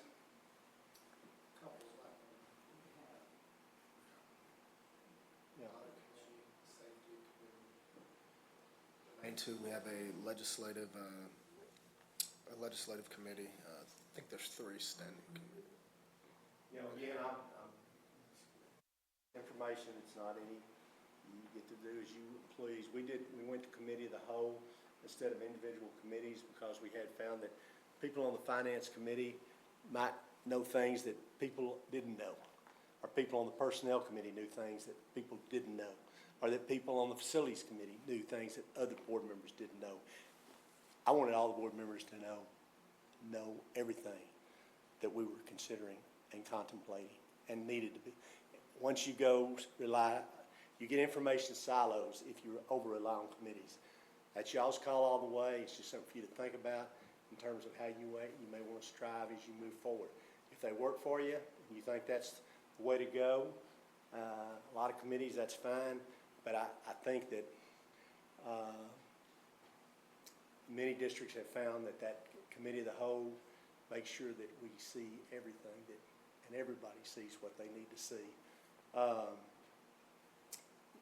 Those board workshops that you may have, you may call them board meetings, but you're signaling, you're sending signals.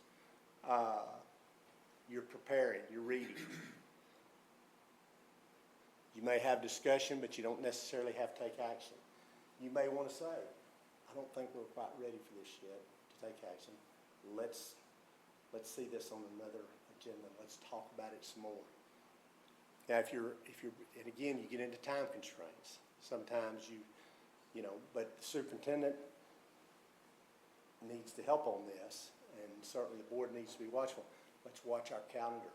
Let's see what's coming at us, and let's try to get as far in front of it as we can. So we're not into surprises.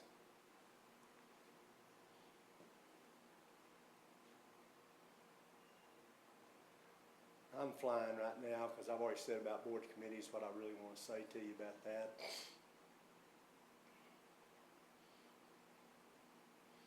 Two most complex problematic issues for governance team, there they are. How you can work with each other and how you work individually and collectively with the superintendent. Y'all are good people. I think you have a really desire to make this a really, really great district, and Killeen has a wonderful history and legacy. I've been coming around here, I've told some of you before, 50 years ago, CFO was a guy named Mark Bolton. Mark Bolton and his wife Phyllis lived here, and he worked here with several superintendents, and he and Phyllis lived in the apartment right by my mother and dad at North Texas State University. So I got brought to Killeen starting when I was a little kid to see the Boltons. And I don't know how many times I've been in your district and how many times y'all been kind enough to tolerate me. But this is you have a excellent community, and I know y'all want good things. And how you do this together, how you work collectively together, it's important. It's important to your community. It's kind of important to Central Texas, and I would suggest that with the military base here, it's kind of important to Texas too. So there's your areas of possible conflict. You want to try to be thoughtful and mindful about your role as a policymaker as you think about those. We don't disrespect one another. We listen. Unanimity is not required, but courtesy is. Surprises. And I say this, Dr. Davis, to all superintendents, interim superintendents, and all people, our job as leaders is not to surprise the board. And we hope the board won't surprise us. That we're all trying to do good things for kids, but this is not a gotcha game. This is trying to be very thoughtful and also very professional.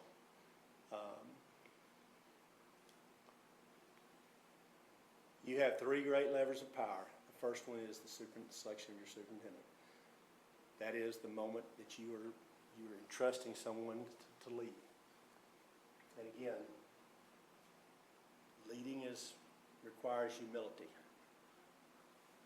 Humility that's with competence take you a long way. And the board also wants to be trusting. Trust factor is important. Once it's lost, it's hard to ever get it back. Maintaining trust requires, my finding was always, if I don't surprise the board, that element of trust remains. Sometimes I had to tell the board bad news, or news I would prefer not to have given. But honesty and being able to be trusted. If the board's, we had a board, one of the boards I sat on, we had a couple board members didn't ever want the CEO to come in with anything other than our stock price went up, stock price went up, stock price went up. That's the only news they wanted to hear. Well, eventually, that'll get you on a collision course, because the stock price wasn't always going to go up. So and I've seen boards that every month, Mike, bring us a win. We need a win every month. We need a big win every month. If we're going to have a board meeting, we need to have a big win. Not have a win every month. We're going to try. We're going to try real hard. But if we have to have a win every month so the board can look good and everybody can feel good, sometimes it may require, hey, this is hard, and we're working at this. This is not where we want things to be, but we're gonna work with the superintendent to get them where they need to be.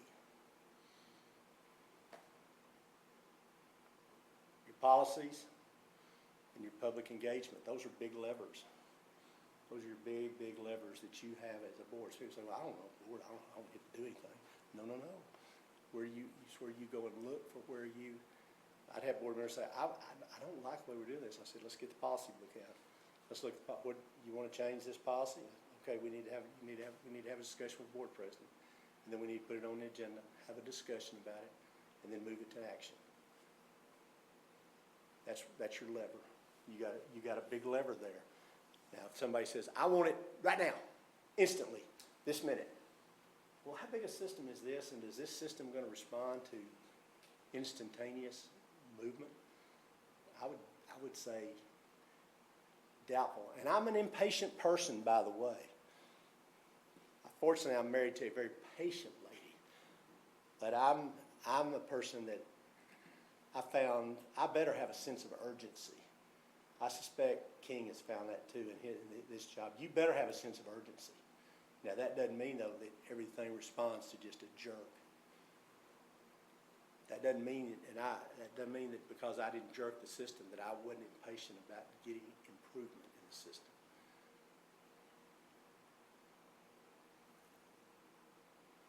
A strong school board makes a superintendent much more effective. Maybe powerful is not the right word, but I'll say.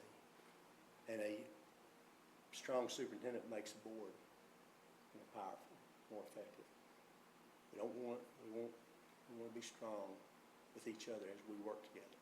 This team doesn't always require perfect agreement, but it requires striving to find the place that we're moving the system where we want it to go.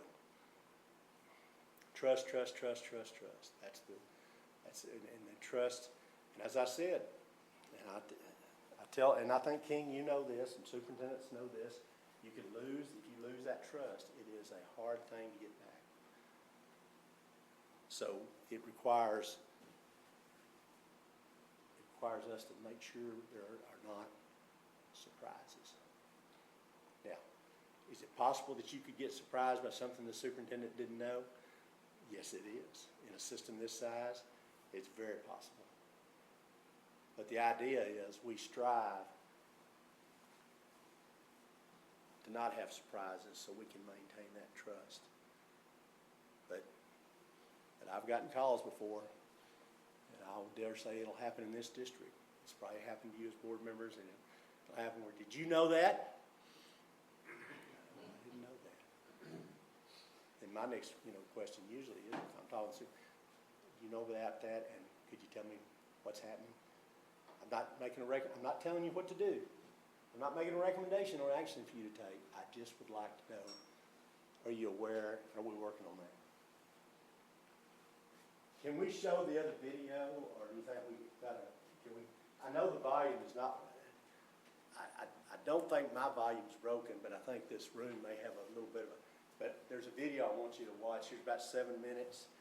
And that play, I nearly passed out. It went Ginobili, Mills, Duncan, Dial in that order. Ginobili threw a no-look pass to Mills that is still fooling me. That play is everything that's right about the NBA. It is beautiful to watch. And that play should be an NBA commercial like this is NBA basketball.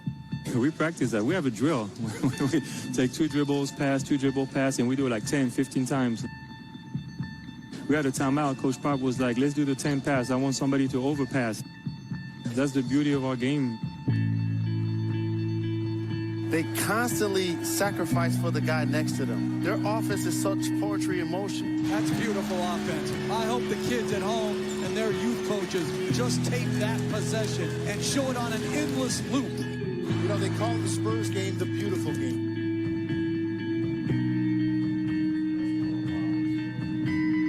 Because they're not doing this to a bad defensive team. We're talking about Miami being one of the herald half-court defensive teams in the league, and San Antonio is running a clinic.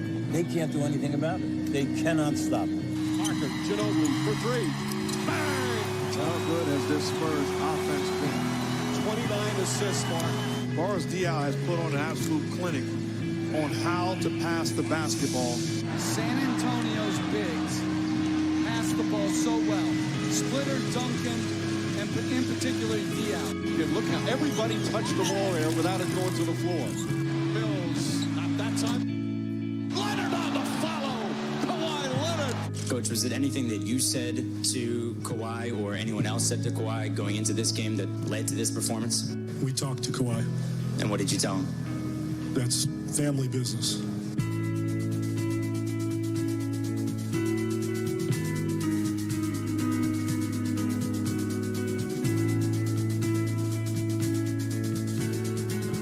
And they're a high oil machine, and they move the ball extremely well. I don't think the ball hit the deck on that exchange. That's right. Beautiful movement. They put you in so many difficult positions. You know, if you're not right on time, right on target, then they're gonna make you pay for it. Duncan hands to Ginobili. Inside Duncan. Out to Parker for three. Bang! Because every time you see your superstar, the franchise, being so unselfish, it makes you want to be like that too. You know, Timmy is a great example for me. He was a model for me to follow. He's been so good for so long. And I think a big key of our success is we never let our ego, you know, me or Timmy or Manu, be ahead of the team. The Spurs might be the best passing team we've seen since the Celtics of the 80s because of the way they just find a better shot every single time. The Miami Heat, as much as I respect what they've accomplished, they can't beat the Spurs. Patty Mills. Punch it in. Patty Mills. Huge off the bench. The longevity, the sustained excellence to me of Tim Duncan, just mind-boggling. Oh, Duncan on the follow. Ginobili on the finish. Flushes it with the left hand. I love Manu Ginobili. I've enjoyed watching him play in the NBA as much as any player. Listen, he would be in my Hall of Fame anywhere, anytime. Another beautiful pass from Ginobili for his 10th assist of the game. The ball movement, once again, unbelievable. We got one more to win. We'll do it this time. And to the San Antonio Spurs, you showed the world how beautiful this game is. Chris Bosh described the Spurs as the best basketball team he's ever played against. How would you characterize what you ran into in the finals? I would agree. That's what team basketball, and that's how team basketball should be played. You know, it's selfless. Guys move, cut, pass. You got a shot, you take it, but it's all for the team, and that's how team basketball should be played.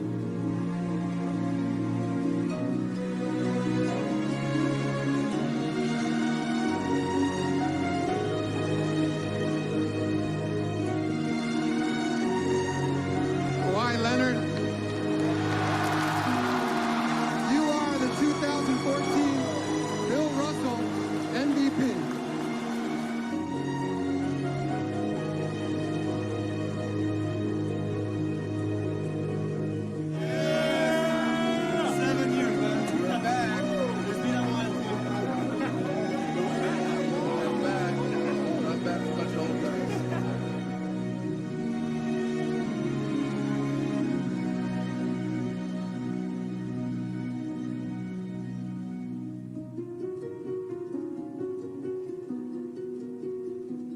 I've never been more proud of the team, nor have I ever gotten as much satisfaction from a season in all the years I've been coaching.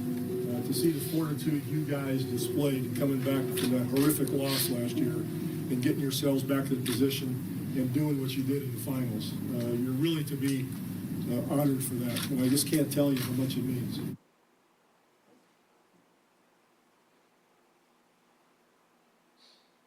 What did you say there? Obvious teamwork.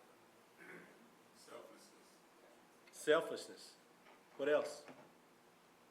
It's all Teamwork. about practice. What's that? A lot of practice. A lot of practice, yeah. Anything else? Basketballs, yeah. You saw a lot of basketball, didn't you, Susan? Yeah. Yeah. Positioning other people That's what the to be Spurs did. successful. I think they ended up with 5 superstars because nobody wanted to be a superstar.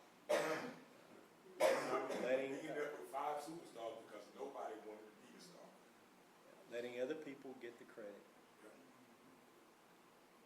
To get the credit, give the credit.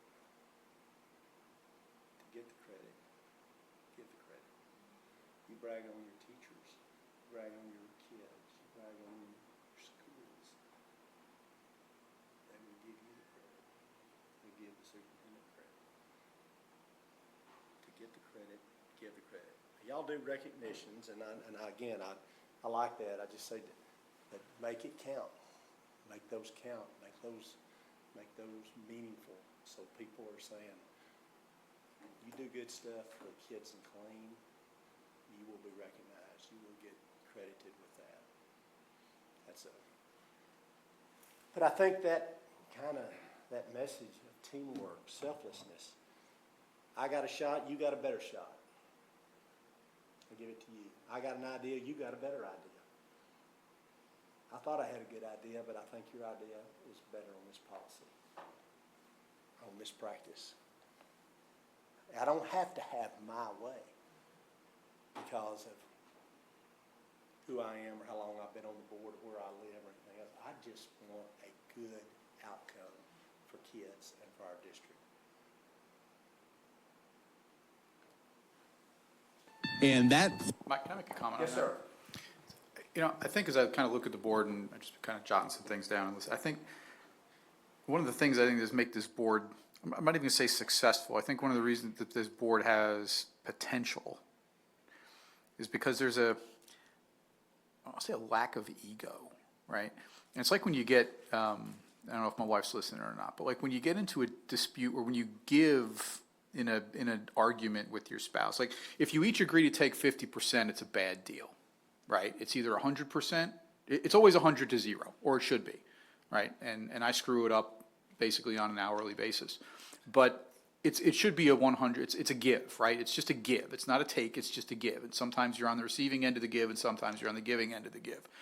But I think here, why we have potential to fix a lot of these things that we are doing wrong, because that's really what we're talking about, is trying to make ourselves better. I think that's kind of how we get there. And I think we're well positioned to do it. And I think that, you know, that video is pretty good. And Rodney, when you put it, what did you say? Just say it before. I think it's, you know, you had five superstars who didn't want to be superstars. Yeah, I think that's a great way to put it. So I feel we've got potential. We just got to work on some things.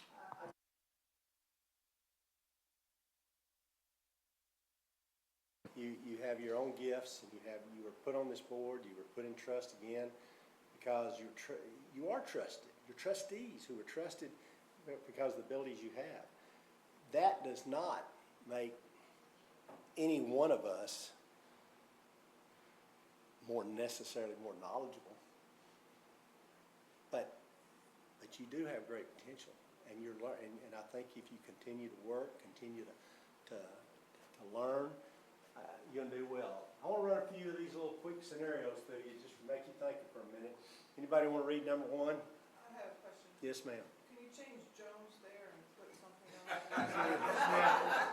Yeah, we'll do that if we get to that. That board member Jones makes an appointment, superintendent goes to her office, sits down, says, "Madam Superintendent, I've been hearing a lot of complaints from principals and parents about the performance of the area superintendent in my part of town. I think you need to move her to another part of the district or to send her into central office because there's so much discontent about the job this person is doing." Is this a management scenario or a governance scenario?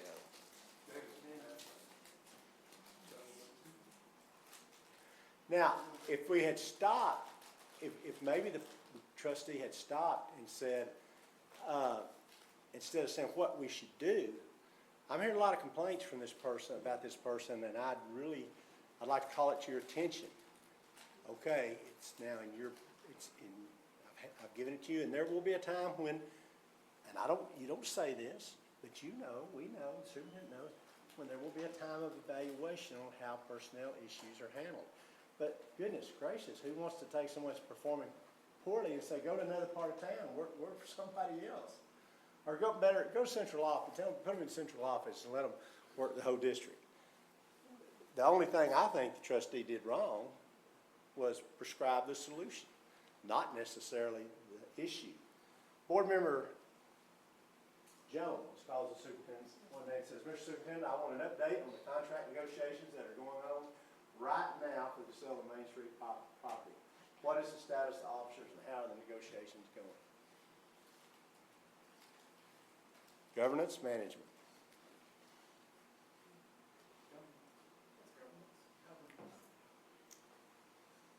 Real estate generally belongs to the board. But in this particular case, you were kind of being tricked by, and by the way, a cadre of trustees looked at these scenarios, and this was interesting. This really happened in a school district in Texas. The board member had a friend who wanted to be the low bidder and wanted to know what the negotiations were.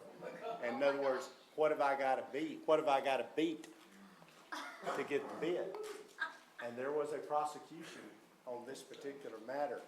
If that person had said, the board needs an update, and you, the president, put an item on the agenda to give the board, not me, I want an update right now. Instead of, we need an update on how negotiations are going and what the status is. So, this one really is kind of a trick one, I guess you could call it. But it kind of is remind everybody, we are the board together. Not I want an update from me right now. That's that's really not what we're about. Board member Enders goes to the board president and says, Mr. Chair, I would like to put an item on the agenda, an upcoming agenda to reconsider our policy on not naming schools after people who are still alive. Would you please do that? Management or governance? Key word up there is what?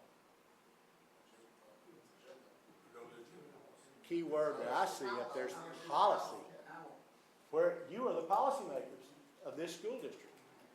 And fair game, I'd like to, there's a policy that concerns me. It might be naming of schools, it might be something else I'd like for the board to consider and look at. Sometimes I might just want a conversation about it to make sure that I understand it or we're on the same page. Or it may be that we need a board discussion at one of our meetings. What's this about? Very, very much a governance matter. Board Member Beasley, during a regular board meeting, says, Madam Superintendent, I have a suspicion that we're spending too much money to build our schools. What is our cost per square foot, and how does this compare with the cost for neighboring districts?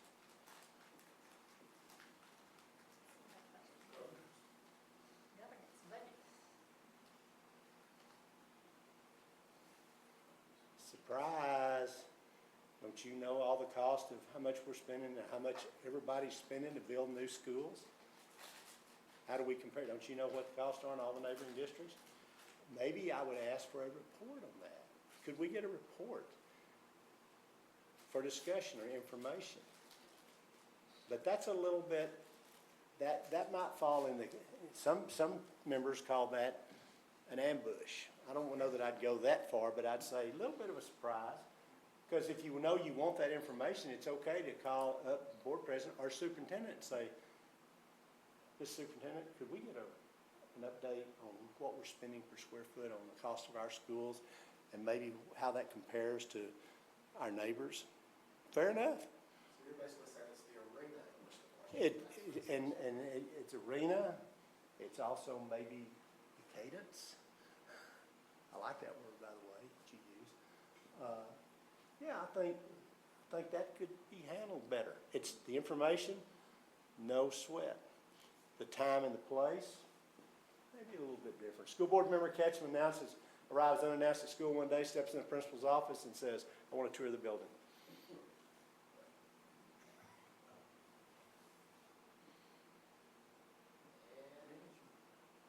Do y'all address that in your board operating rules? I bet you do. I think you're going to get invited to Christmas parties. You're going to get invited to PTAs. You're going to get invited to all kinds of stuff. And you should go. I think trustees should go. An individual private tour is usually, why don't you call the superintendent and say, hey, And my dad told me, hey, if you want to go to school, call me. I'll meet you there. We'll go walk around, look around. If you're hearing, if parents, parents saying the air conditioners aren't working. Well, let's go look at it. And let's take somebody with maintenance with us, you know. But let's do it the right way.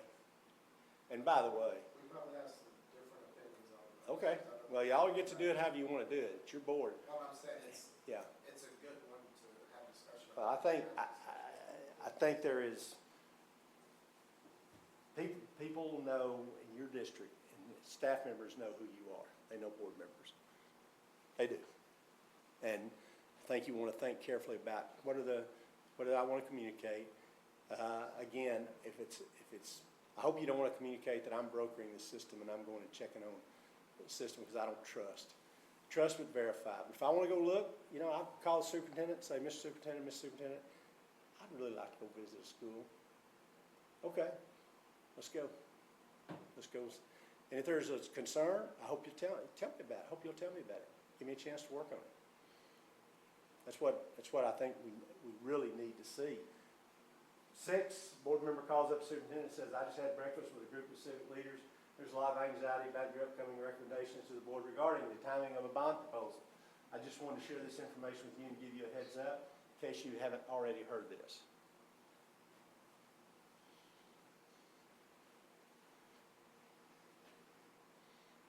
Sounds like courtesy.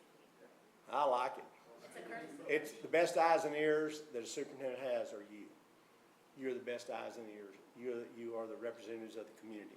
If you come to me and tell me that, the first thing I'm going to do is tell us that hold it. We're going to have to put a hold on this.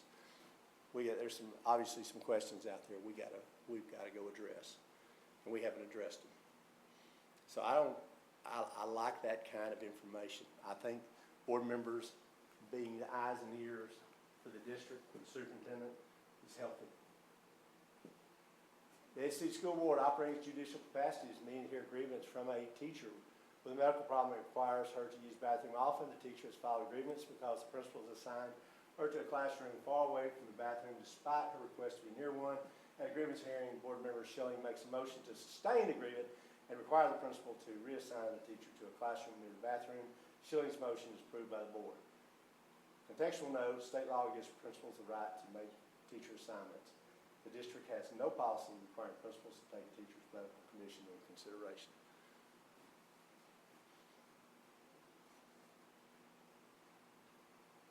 Well, you wouldn't Good vote go. on a grievance like that we don't vote on grievances like that. They ask for something we either withhold, You uphold or sustain. yeah, so There you go. we wouldn't do it. You answered the question. Okay. Schilling decided to prescribe the solution. If he wants to uphold the teacher's grievance, okay. Make the motion, the board does it. Yeah. But he went one step further and said, this is the prescription for the solution. Superintendent, principal, we're going past you. We're going to uphold the grievance, and we're also going to go further and tell you what to do with that. First of all, I've said to several superintendents, if you let this get to your board, I'd shoot you. This should never get to your board. This should be something that the superintendent and principal should handle.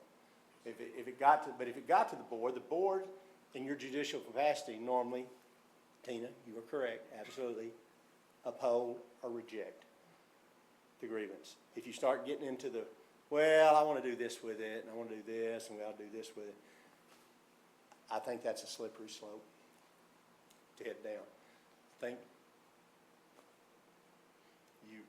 you uphold or you reject.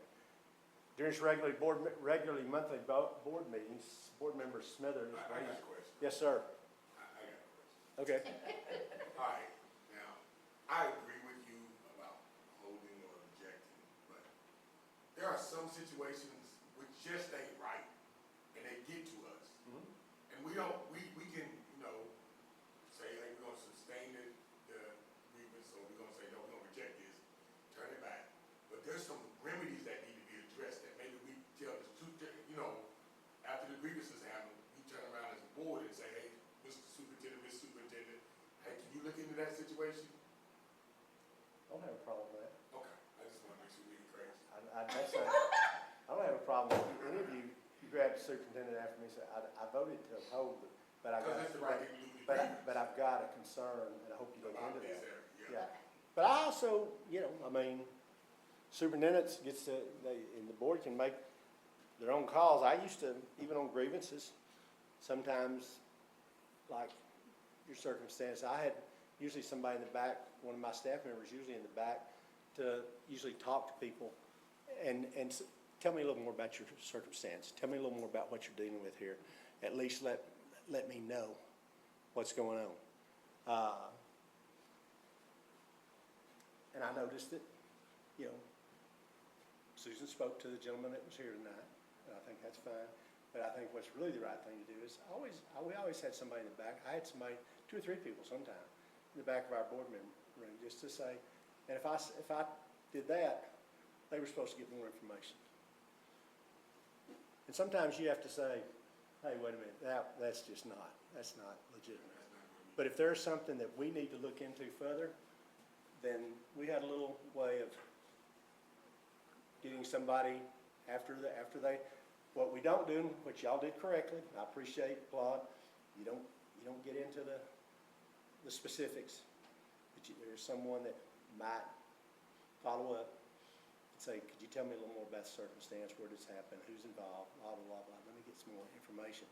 They may be completely correct, and there could be a different side to the story too.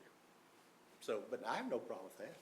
But sometimes you just have to say, wait, based on what we know and what we have here, we have to either, somebody say, I'm not voting I'm gonna vote for the plaintiff.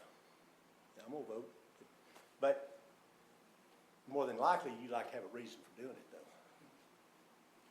There's also one other thing that I've done before, and I hope whoever you hire does it. I've learned something after the fact, and I brought it back and had it reversed. And that's legal too. And it's okay. In fact, I'd rather somebody say, we made a mistake, and we'd like you to help us correct it. Scenario 8, during its regular monthly meeting, Board Member Smithers raised his hand and says, Mr. Superintendent, I'm very concerned about bus safety in our district. I'm hearing stories about reckless driving, buses not being adequately maintained. I want to know what your perception is, and what are your plans to deal with this?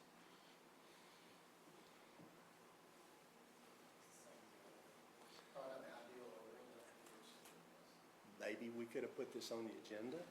Maybe it could have been a discussion item. Maybe it could have been an item or information item about our buses. How many miles are we driving? How many citations have been issued?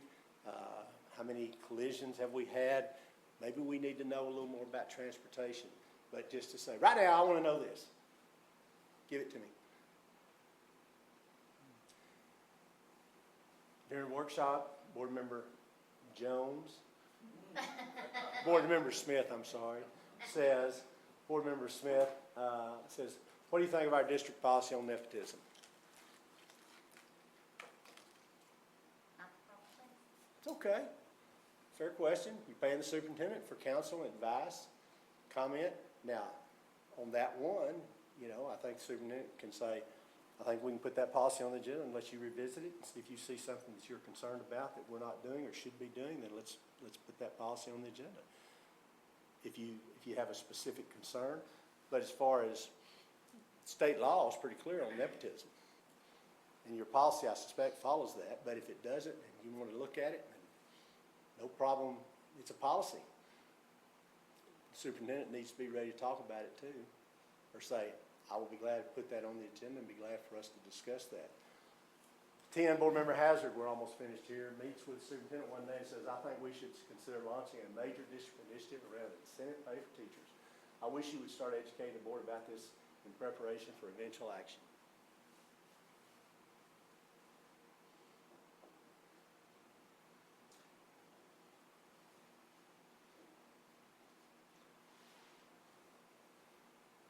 Well, what's that? I said they met. I mean, you didn't do it in the middle, in front of everybody, I guess. I didn't really have a problem with that until I listened to the discussion about how it came about. And then it was a board that were 4 or 5 people the board voted to give teachers a pay raise. Of course, you don't know all this. They voted to give teachers a pay raise and didn't necessarily think the timing was right.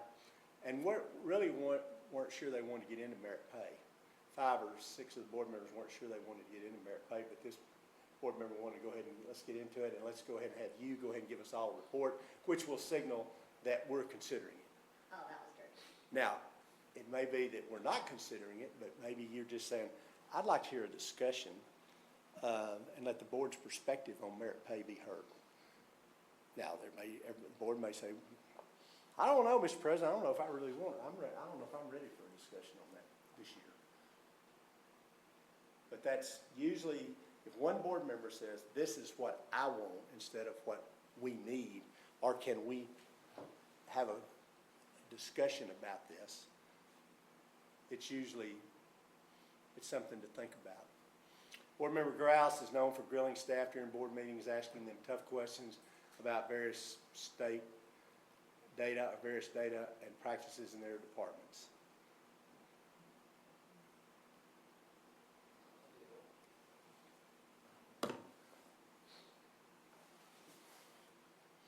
I don't have much of a problem other than if it's grilling might not, if you're asking questions and you're looking for information and the superintendent has agreed that these are people that I'm putting these people on staff in front of the board to either present or to answer questions, then okay. Now I've had people that have given poor answers to the board, and I knew it and the board knew it. We're not going to chew them out, though, in front of everybody. I'm going to do it in my office, and I'm going to say, Curtis, you didn't do well out there tonight. You weren't prepared. Now, we usually had dress rehearsals in my districts. I had dress rehearsals with staff if I was going to let staff talk. I will also tell you that a lot of times when recommendations were made, I made the recommendations and I answered the questions. If you asked me a question I couldn't answer, I might ask a staff to help me, or I might say, I'll tell you what, I think I'm going to ask that item be pulled from the agenda tonight and come back and let us revisit that with you and be more prepared to talk about it. And sometimes that's, Dr. Davis, you ever seen that before? I bet you have, haven't you? Sometimes there's a moment, but I can't let the staff that we count on be belittled or be diminished. They may make mistakes and they deserve, and at that time I'll deal with it. But as far as, if you're unhappy with a response, fair enough, tell me. I need to know. I may be unhappier than you are. But as far as our taking people to task, and it's okay to say, Mr. President, Mr. Superintendent, I think it might be helpful if we could have a little more information on this next month. That's your nice way of saying, I'm not ready really to vote on that based on what I've heard tonight. You figure it out. The superintendent knows what that means. Don't we? We know what that means. So, I'm not, but sometimes, now I did do this too. Sometimes if somebody didn't know their stuff, and they should, I'll go ahead and I might let the board ask them take a shot or two. And then say, well, now that you've learned, polite shots. Polite shots. And that. Y'all been nice to me tonight. Thank you for letting me be here. What have we not talked about that you really said, I hope Mike talks about this tonight? What have I not talked about? I think that you do have much potential. I think I'll be honest, and I looked at a lot of your meetings and I looked at your agendas, and as we thought about the search, we thought about what you needed and what would really work well for you right now, because you have a lot going on. You have a lot of challenges. You can meet them. You can get where you want to go. I know you're considering very carefully what you want to do and what the next step is you need to make. But I think you've been thinking well. I think you had to also ask and think about what I asked you at the last meeting. How are you perceived in the educational marketplace? And what will serve your community and your district the best right now in terms of addressing leadership. And I think you've been thinking about that, and I think you're in a good place on that. And I want you to be successful. Many people do. But I think you have to take stock of a lot of things that are happening. And I know that there's been a desire to see some change in this district. And that's okay too. Orderly change that's well thought out and well described. And I think you're on the path to get where you want to go. But let me ask one more time, is there something I didn't talk about tonight that you said before you got here, man, I hope he talks about this, or you may be thinking, I just wish he'd hurry and get out of here. And I'm gonna get out early, because you're not getting 3 hours. By the time you read these 2 articles, I'm gonna leave here with Diana on boardroom mistakes superintendents make, and mistakes during transition, which I hope you'll find helpful. You're gonna get your training, but what else, your full 3 hours credit, but anything I hadn't talked about, you wanna visit about? Susan? With all the new changes for the state legislative updates and things, what would be your advice, which of those do you see as being problematic for us, or that we need to be paying really, really close attention to as we go through trying to target our improvements and to guide our district through those changes? Let's make a couple of observations. One, I think you always have to be mindful of the Open Meetings Law and the Open Records Act. You got to be very mindful of those. You have to pay attention to those and make sure you're hearing. They change those. Change when you can meet, when you can conduct your meetings and so forth. And I just think it's somewhat disrespectful of the way your time, you don't get paid. And I wish that was not the case. The other thing is, I think, given your student performance challenges, that you're going to need to pay very close attention to what some of the remedies may be that are proposed by the Texas Education Agency. Having worked at the agency and led the agency, I don't necessarily believe they always have the answers. I always worried, and the reason I was not a big fan of school takeovers, I always thought that takeovers, the threat of a takeover, was actually greater than the takeover itself. The leverage was the threat of the takeover. But I will say this, I think now that circumstances are such, and certainly you can disagree with this, and Dr. Davis can disagree with this, but with some of the examination that the agency is making of school districts and their efforts toward addressing low performance, I would probably get in pretty close alignment with where they wanted to be and what they thought needed to happen, because I think there is some seriousness at the agency about interventions. You can call them interventions, takeovers, whatever you'd like to call them. But I would be paying very close attention to their recommendations and the things they're asking. I thought, again, I said this to y'all last time, to Dr. Osborne. I thought she did a good job with what the information she had presented to you, kind of what some of the options were going to be and what some of the alternatives were. I think your new superintendent's going to need to look at the agency expectations, because I think they are using the code, the education code, and accountability and assessment rules in a stronger fashion, stronger than I've seen. Now, it may be, and I don't want to say it couldn't be good for kids.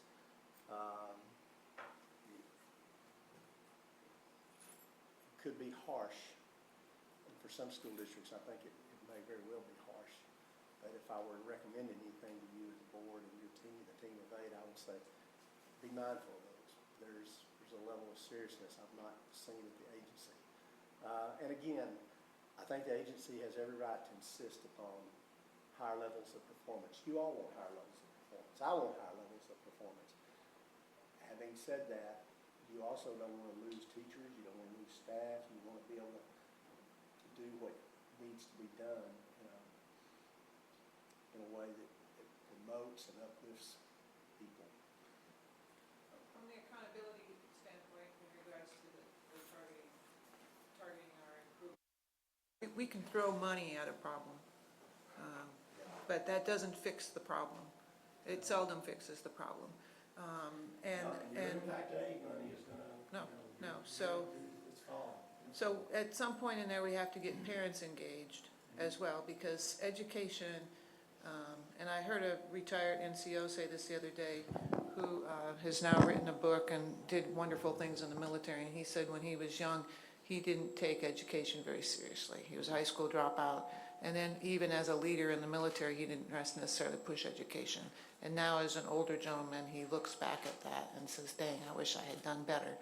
And so for parents, it's for them to see the opportunity that KISD has for their children and how we embrace it. How do we bring those parents into the fold? Because we can put some of the burden, we can put the burden on the teacher in the classroom.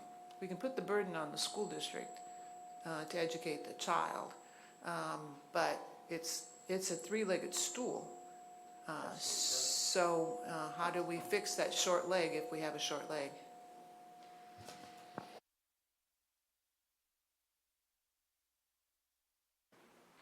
What are we gonna teach? Who's gonna teach? Who's gonna teach? Who's gonna pay?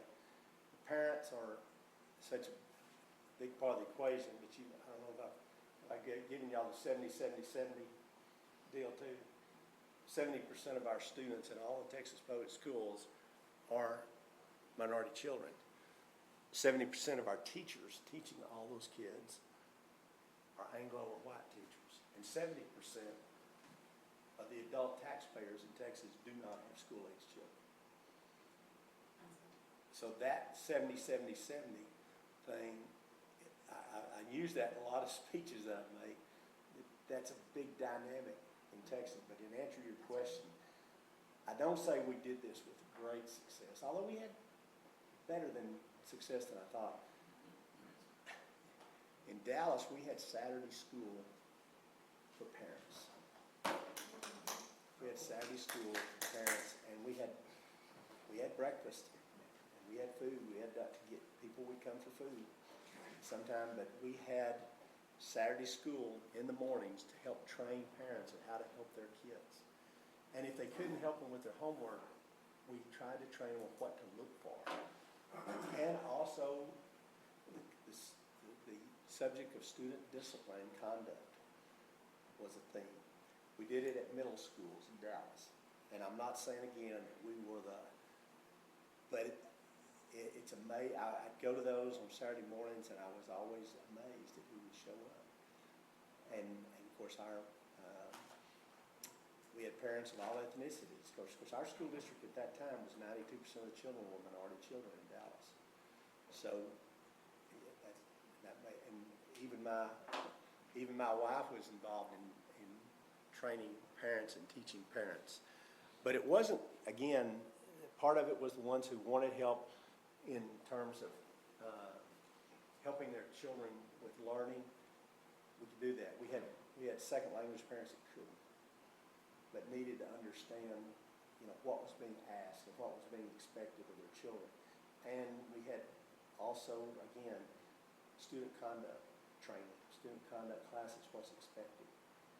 Why it's expected.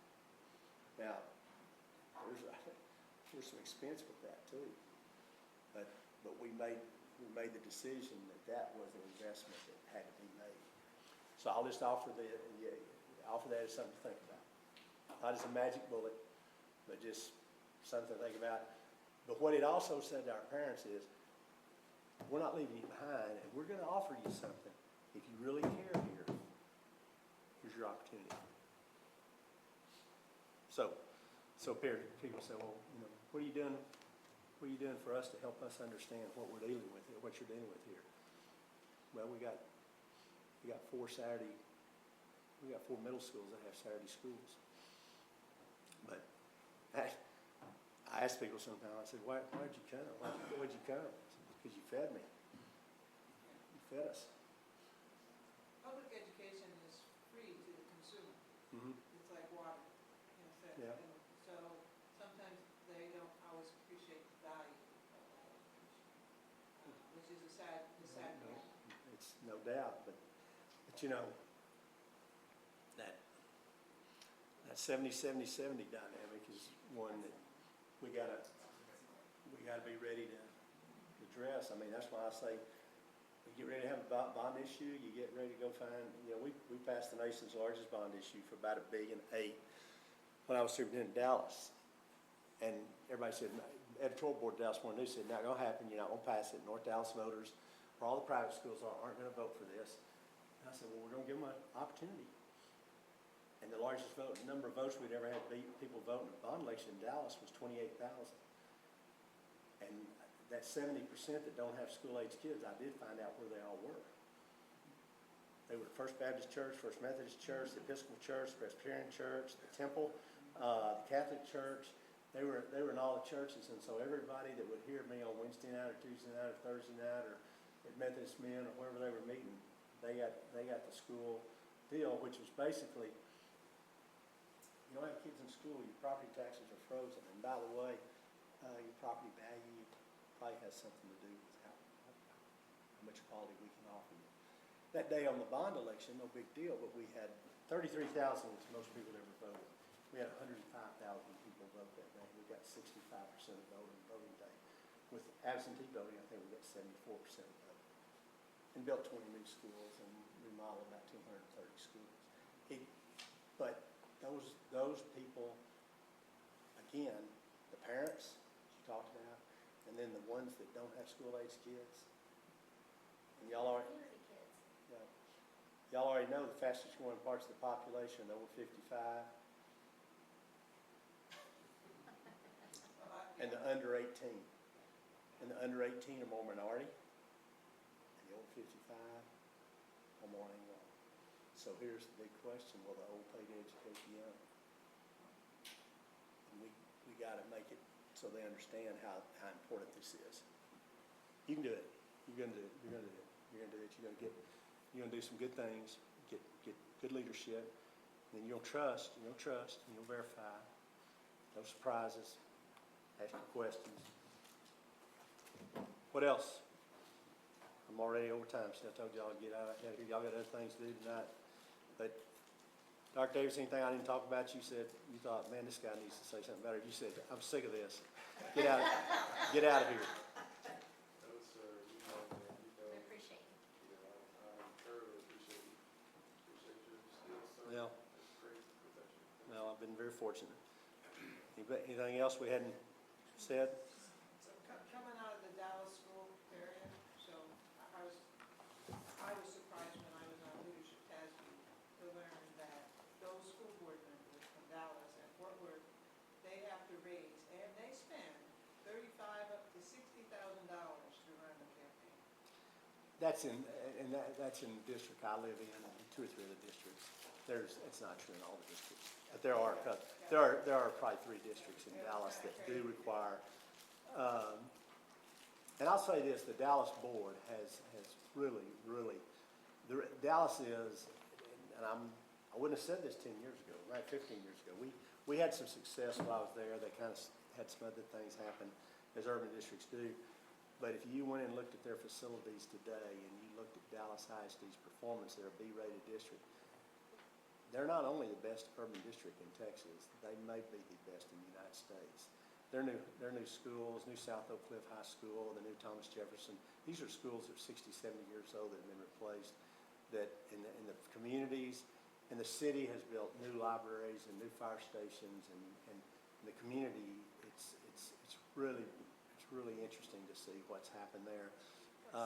But you know what? My wife and I were driving around here. We came in here today, and we drove down W.S. Young. And we just kind of drove down here and went back and looked at some of the churches and just looked at some of the. I mean, there's a lot here. There's a lot here to build on, and I know that y'all are trying hard, but I think if you can make it a team deal, if you make it a team deal, you're gonna do really, really well. And I know you get pressed sometimes maybe by some of your constituents, and that social media can be a real, it can kick you. I've never been on Facebook, I've never been on X, I just can't do stuff where there's no accountability, and I'm just not gonna do it. And I urge you to think about it. If you do it, use it, fine, be careful with it. Don't let it become what evaluates the work that you do as trustees. Mr. President, thank you all very, very much. I've enjoyed it, and Peggy will send